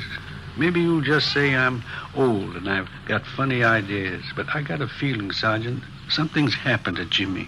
Something's happened and I can't do anything about it. You just put those thoughts out of your head, Mr. Sherman. They're going to find Jimmy and it's going to be all right. Why don't you pull up those lawn chairs there, Sergeant? All right. I'm going to go in the house and fix some cold lemonade for you men. Well, thank you, ma'am. We got your phone message at the office, Mr. Sherman. Anything special you wanted to talk to us about? Yes, there was something. When you were talking to me yesterday, Yes, sir. I told you that Jimmy had on a brown jacket when he disappeared Monday night. Yeah. I was wrong, Sergeant. We found the jacket in his room. All he was wearing was a pair of blue jeans and this white sweatshirt.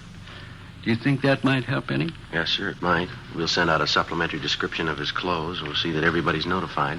Just wish I could be out there with the searching party. Arthritis is pretty bad today. Caught me at a terrible time. Don't know what I'd do if anything happened to the boy. I know we've asked you this before, Mr. Sherman, but can you think of any reason at all why your grandson would want to leave home? No, sir, no reason at all. Those 2 collie pups over there in the pen. Jimmy just bought them last week with his own money. Saved up to get them. I see. The boy's crazy about dogs. That's why I say he just wouldn't pick up and leave everything. The boy and me got along fine.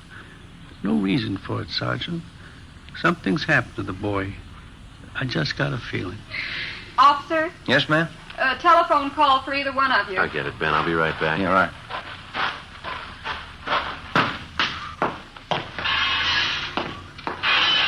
The man said it was your office calling. Thank you, Miss Keller. Where's the phone? Telephone straight back there in the hall. Thank you very much. Friday talking. This is Bowling, Joe. Just heard from the search party up at the hills. Oh, did they find something? Yeah, in the Elysian Park area by the upper reservoir. Uh-huh. Found a pair of kids' trousers right by the edge of the water. What kind of trousers? Blue jeans, nothing in the pockets. They'll start dragging for a body as soon as they get the equipment. Check it out with the grandfather, huh? See if the boy was in the habit of hiking up there around the reservoir. Right. We'll call in just before we leave here. Right, Joe. Right, bye.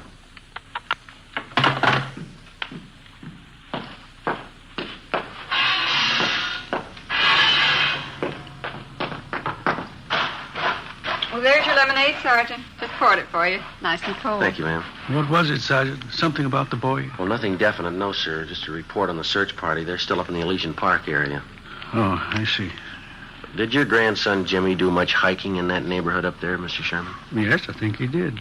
Likes to hike up there around the reservoir. Why?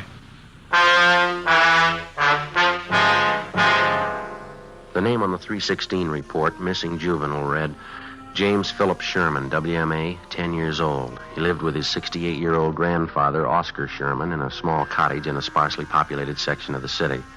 Shortly after 6 p.m. on Monday, the boy went outside to play. When darkness fell and he failed to return home, his crippled grandfather went out to look for him. Half an hour later, the neighbors joined in the search. No sign of the boy. At 10 p.m., Juvenile Bureau was notified, and throughout the night, squads of men on foot and in cruiser cars canvassed the area. A local broadcast and an all-points bulletin was gotten out on the boy. Neither the grandfather or the neighbors could find any reason for his disappearance. After almost 48 hours of continuous searching, the only lead we had was the pair of trousers found on the edge of the upper reservoir in Elysian Park. They were shown to the grandfather, but he failed to give positive identification. Dragging operations at the reservoir began immediately. Meantime, Ben and I, together with Lorman and Lopez from Homicide, checked out every possible lead on the missing youngster. One of the tips came from a Frank Grady, an unemployed carpenter who lived 5 blocks from the Sherman home. I don't know how much this may be worth to you, Sergeant. I don't want to get anybody into trouble, but I figured this is a pretty important thing. Well, what is it you want to tell us, Mr. Grady? Well, as I say, I don't want to get anybody in any trouble, but have you checked over everybody in this neighborhood? I think we've talked to just about everybody in the area, don't you, Joe? Well, either us or the man from Homicide. Why do you ask, Grady? Well, there's a guy who lives down the street there, right down the corner from this house. Old guy by the name of Gilby. Well, what about him? As I say, I don't want to cause any trouble, but maybe you ought to double-check him. One thing, he's an ex-convict, I know that. Another thing, he hates everybody in the neighborhood. Hates the kids, too. Wouldn't be surprised if he was your man. Why do you say that, Grady? Does he have any special reason for disliking the Sherman boy? Old man Gilby wouldn't need a reason. A real queer one. Say, I got a couple cans cold beer in the icebox, and I fix you fellas up. No, thank you very much. Just the same. What makes you think this Gilby had anything to do with the boy's disappearance, Mr. Grady? Well, number one, I saw old man Gilby out walking Monday night when the Sherman kid disappeared. Yeah? Saw him walking along the road up there. The same one that goes up by the reservoir. And I watched him. It was dark by the time he got back to his house. I'd check on him again if I were you. As far as you know, has Gilby ever been in trouble for bothering the kids in the neighborhood? Oh, Sergeant, he bothers everybody in the neighborhood. Real queer. Lives by himself, always complaining about something. Frankly, I think he's your man. I think he took that kid and he did something to him. Well, do you have anything at all to back up your opinion? You dig around. You'll find something on him. He's no good and I'll bet on it. I've had a couple of run-ins with him myself. He just isn't any good, that's all. Well, all right, Grady. Thanks for the tip. We'll be sure and double-check on the man. You won't tell him where you got the tip, though, huh? Like I say, I've had run-ins with him before. It might cause trouble. No, he won't know where we got it. Thanks again. Okay, Sergeant. It's a pretty important thing. I didn't want to make anybody look bad, but the old man's just no good. Now, you understand that, don't you? Sure, Grady. We understand.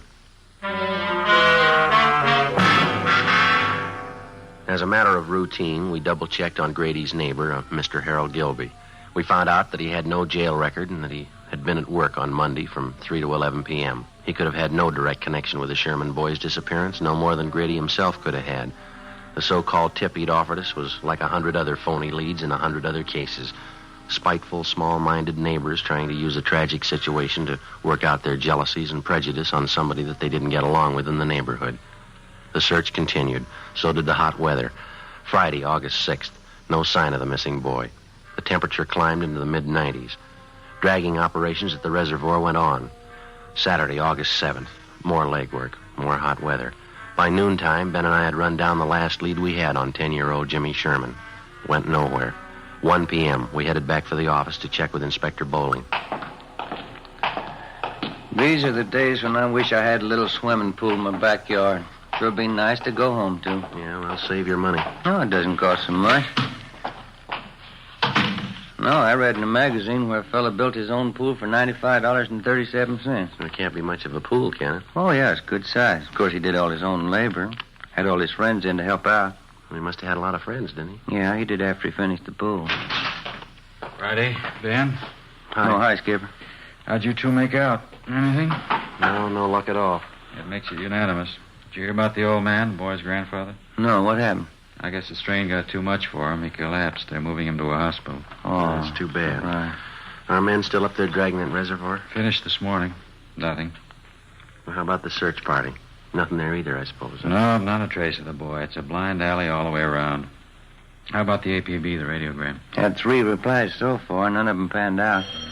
Here, grab it. Juvenile Bureau, Bowling. Yeah, Fred. No good, huh? Yeah, all right. Check you later. I heard it once. I heard it 50 times. No trace of the boy. Got me, Skipper. Something real weird about the whole thing. Well, now, look, we know he didn't just disappear into thin air. Kid's gone. There's a good reason for it. There's got to be an answer somewhere. That's right. You'll find it. Another week passed, and then a month. 2 months. We were no farther along than the day we started on the case. In November, we had a teletype from Chief Earl O'Clair of the Phoenix, Arizona Police Department. Reportedly, the Sherman boy had been seen in Phoenix. It was another false alarm. The Christmas holidays wore on into a new year. February came and went, then March, April. Tuesday, May 3rd, 1:40 p.m. Ben and I got a call to check in with Inspector Bowling. This telegram just came in from Dayton, Ohio. Have a look. Thank you. Let's see, Joe. What is it? Jimmy Sherman. They found him. 9 months had gone by, almost to the day, since the Sherman boy had disappeared. The grandfather was contacted immediately. When he was told his grandson had been found and that he was safe, the old man was unable to answer. He broke down and wept. In our communications with the Dayton, Ohio police, they told us that the boy had been found wandering along a highway just outside that city and that he'd appeared to be in a kind of a dazed condition. The boy told the Dayton officers that he'd been kidnapped a short distance from his home in Los Angeles by a man in a blue sedan. He gave them detailed descriptions of both the man and the car. He told them that for the past 9 months, a man had held him prisoner, driving from state to state, never letting the boy out of his sight. He said the kidnapper told him on several occasions that he was holding him for ransom and that he was waiting to get money from his grandfather. On May 8th, the youngster was returned to Los Angeles and reunited with his grandfather. On May 10th, we got a call from the grandfather that he wanted to talk to us. Ben and I drove out to see him. Come right in, officers. Glad to see you. How are you, sir? Hi, Mr. Sherman. Sorry to cause you all this trouble chasing you out here like this. Not at all, sir. What is it you want to see us about? Well, I'm not really sure about it, Sergeant. That's the whole thing of it. I don't know if it's me or what it is. Well, what's bothering you, Mr. Sherman? It's the boy, Jimmy. I don't know what to think. Well, how do you mean, sir? He's all right, isn't he? We saw him as we drove up, playing out in the backyard, and the doctor checked him over, didn't he? No, it's not that. The boy's healthy enough. Nothing wrong with him. Well, then what is it, sir? Maybe it sounds a little weird to you, but I'm just not sure. You're not sure of what? That boy out there, Sergeant. I'm not sure he's really my grandson.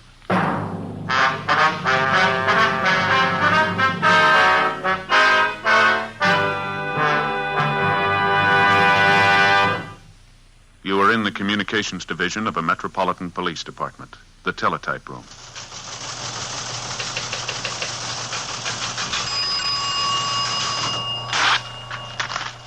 '43, LOS 52951. 12:03 p.m. APB. WMA 150, 5'6", dark hair, dark eyes. Wearing gray suit, no hat. Suspect is wearing glasses. Heavy build, 22 years. Suspect is armed with blue steel revolver. Any information? Forward. You have just heard a teletype description of a suspect. This information will apply to many, but careful screening will eliminate all but one. You'll find the same is true when you examine king-size cigarettes. Careful screening will eliminate all but Fatima. Compare Fatima. Fatimas are the same length as any other king-size cigarette, 85 millimeters.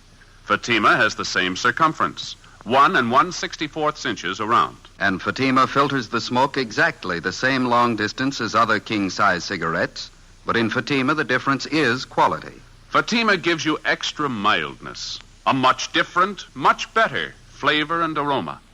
You get all the advantages of extra length, plus Fatima quality, which no other king-size cigarette has. So compare Fatima yourself.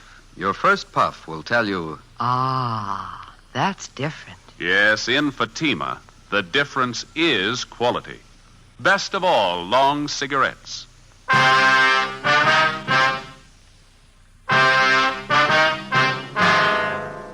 Tuesday, May 10th, 2 p.m.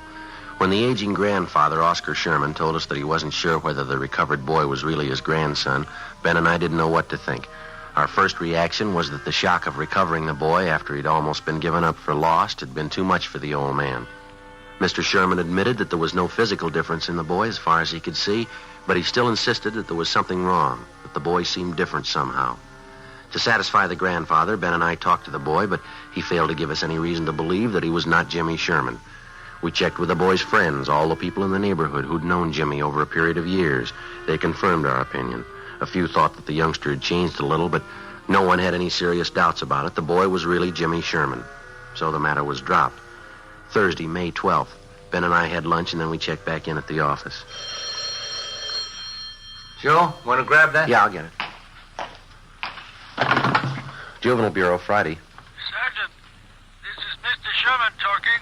Yes, sir. Mr. Sherman, Yes, sir. How are you? I want you to come out and take this boy, Sergeant. He's not my grandson. I'm sure of it. Well, how do you mean, sir? This boy's got a scar on his side. He's had his appendix out. Yes, sir. My grandson never had an operation in his life. Before we left the office, Ben and I briefed Inspector Bowling on the phone call from the grandfather, then we drove back to the Sherman house. While Oscar Sherman didn't claim that he knew his grandson's complete medical history, he was certain that the boy had not had his appendix out and that he had not had an operation. He told us that his neighbor, Mrs. Keller, could substantiate that she had known Jimmy since he was a baby. We put in a call to the Sherman's family doctor. He wasn't in. We left a message, and then we went next door to see Mrs. Keller. We found her in the kitchen washing dishes. I just got a couple more to rinse. Can you wait a minute? Yes, go right Of course we can.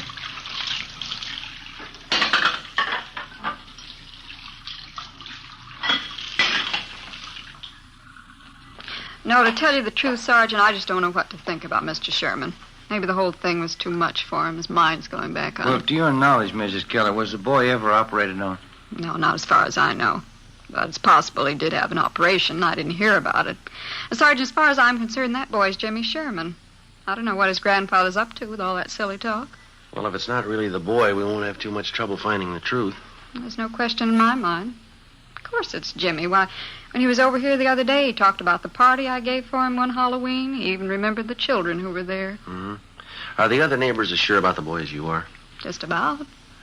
Miss Foster down the street. Jimmy was in to see her yesterday. He talked about some changes she'd made in her living room, asked her about some relatives she has living out of town. Mm-hmm. Come to think about it, Jimmy even remarked on that new trailer rose I planted out in front. Besides, there's the boy's dogs. Why, they knew that youngster the minute he set foot in the yard. Yes, ma'am. Well, thank you very much, Mrs. Keller. If we have any more questions, we'll contact. Is that all right? All right, Sergeant. Couldn't fix you a cup of coffee, could I? No, thank you, Miss Take Keller. the time now. Poor old Mr. Sherman. I don't know what to make of it. He's so mixed up. Yes, ma'am. So are we. We left the neighbor, Mrs. Keller, and went back next door to the Sherman house. The grandfather told us that the family doctor hadn't returned our call yet. At 3:30 p.m., the boy came home from school, changed his clothes, and went out into the backyard to play. We figured we had nothing to lose in talking to the boy again.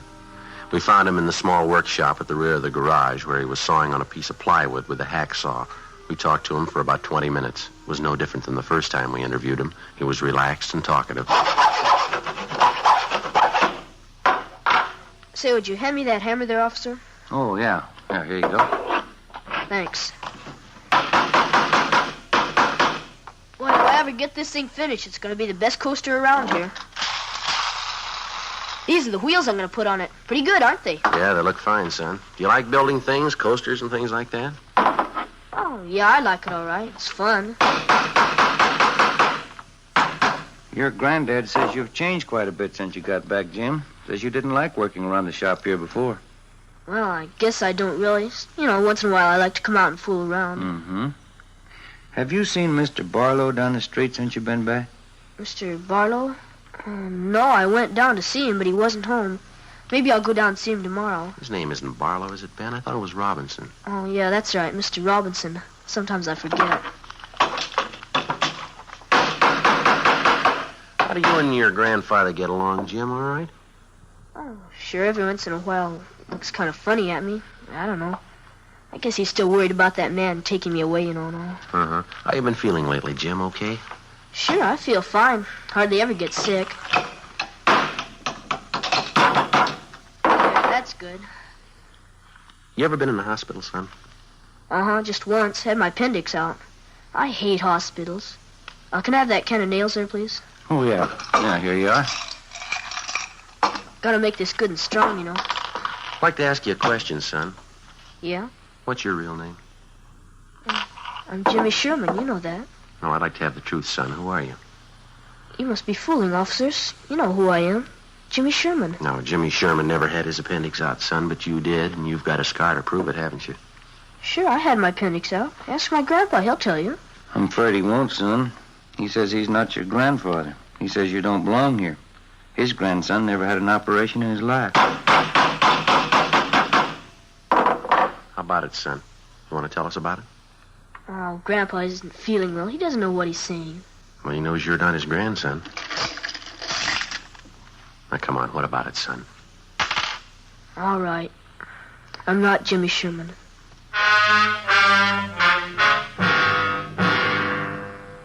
He told us his real name was Donald Rush.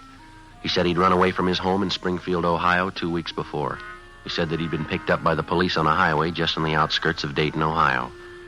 On returning the boy to the station, the police officers saw that he fitted the description of the missing California boy perfectly. It was almost as if the two were identical twins. Under the impression that the youngster was suffering from shock or amnesia, the police officers told him all about his home and his friends in California. They gave Donald Rush all the information that they had on the missing Sherman boy, all the newspaper stories, pictures, the dozens of teletypes and circulars which had been sent across the country in an effort to locate the missing youngster. On his way out to California on the train, the Rush boy was given dozens of newspapers to read, which contained thousands of words concerning the disappearance of Jimmy Sherman. So, by the time he got to Los Angeles, Donald Rush knew everything he had to know about the boy he was impersonating. We questioned the Ohio youngster further. Besides an exceptionally high IQ, he admitted to having an almost photographic memory. We took him in the house to face the grandfather of the boy that he'd been impersonating, the boy who was still missing. Mr. Sherman. Yes, Sergeant. Sit down, won't you? The boy here has a confession for you. He wants to tell you himself. I think I know. I was right all along, wasn't I, Sergeant? I didn't mean anything by it, mister. I just thought it'd be fun to make out like I was somebody else for a while. You wouldn't know the difference, would you, Sergeant? No, sir. I'm afraid I wouldn't. That picture over there on the mantel and the boy here, they look exactly alike to me. There's only one thing I'd like to know, son. Yeah? Why'd you do it? Why'd you try and fool me? Oh, I don't know, mister. I ran away from home, and the cops picked me up near Dayton. They thought my name was Jimmy Sherman. They said I was a missing kid from California. Well, why didn't you straighten him out right then, son? I was kind of afraid, and if I told them what my real name was, they would have sent me back home. So I just let them think I was really Jimmy Sherman. And they seemed to be pretty sure I was. How long did you think you could keep it up, son, pretending you were somebody else? I don't know. Guess I never thought much about that.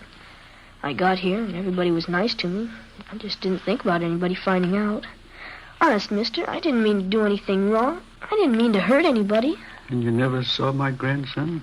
You never saw Jimmy? No, sir. I just got on the train. They brought me out here. You don't know where he is. You don't know how he is. All right, try to take it easy, Mr. Sherman. Why would you do it, boy? You're a stranger. Why would you try to fool me about Jimmy? I'm sorry, mister. I didn't mean it. Honest, I didn't mean it. Thought I had him back. Thought I had him back. Come on, Ben. Let's go, son.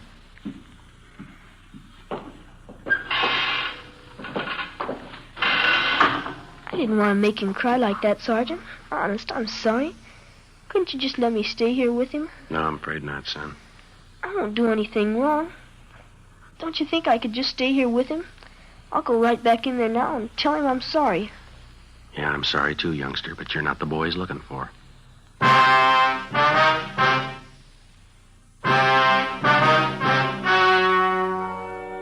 The story you have just heard was true. Only the names were changed to protect the innocent. On Wednesday, May 20th, a meeting was held at the Juvenile Bureau, City and County of Los Angeles, State of California. In a moment, the results of that meeting. And now here is our star, Jack Webb. Thank you. Friends, I hold in my hand a new pack of Fatimas. All I need to prove that Fatima is the best of all long cigarettes. Now here on the side, you'll find this statement. Fatima contains the finest Turkish and domestic tobaccos superbly blended to make Fatima extra mild. Fatima gives you all the advantages of extra length plus Fatima quality, which no other king-size cigarette has. So tomorrow, buy a pack of Fatimas. I know you'll find that in Fatima, the difference is quality.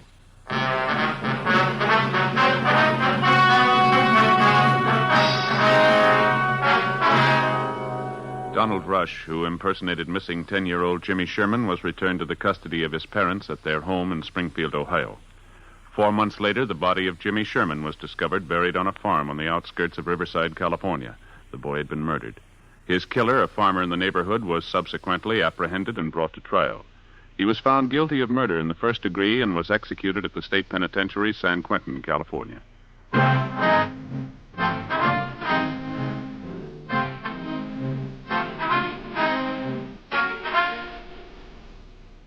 You have just heard Dragnet, a series of authentic cases from official files. Technical advice comes from the Office of Chief of Police W.H. Parker, Los Angeles Police Department.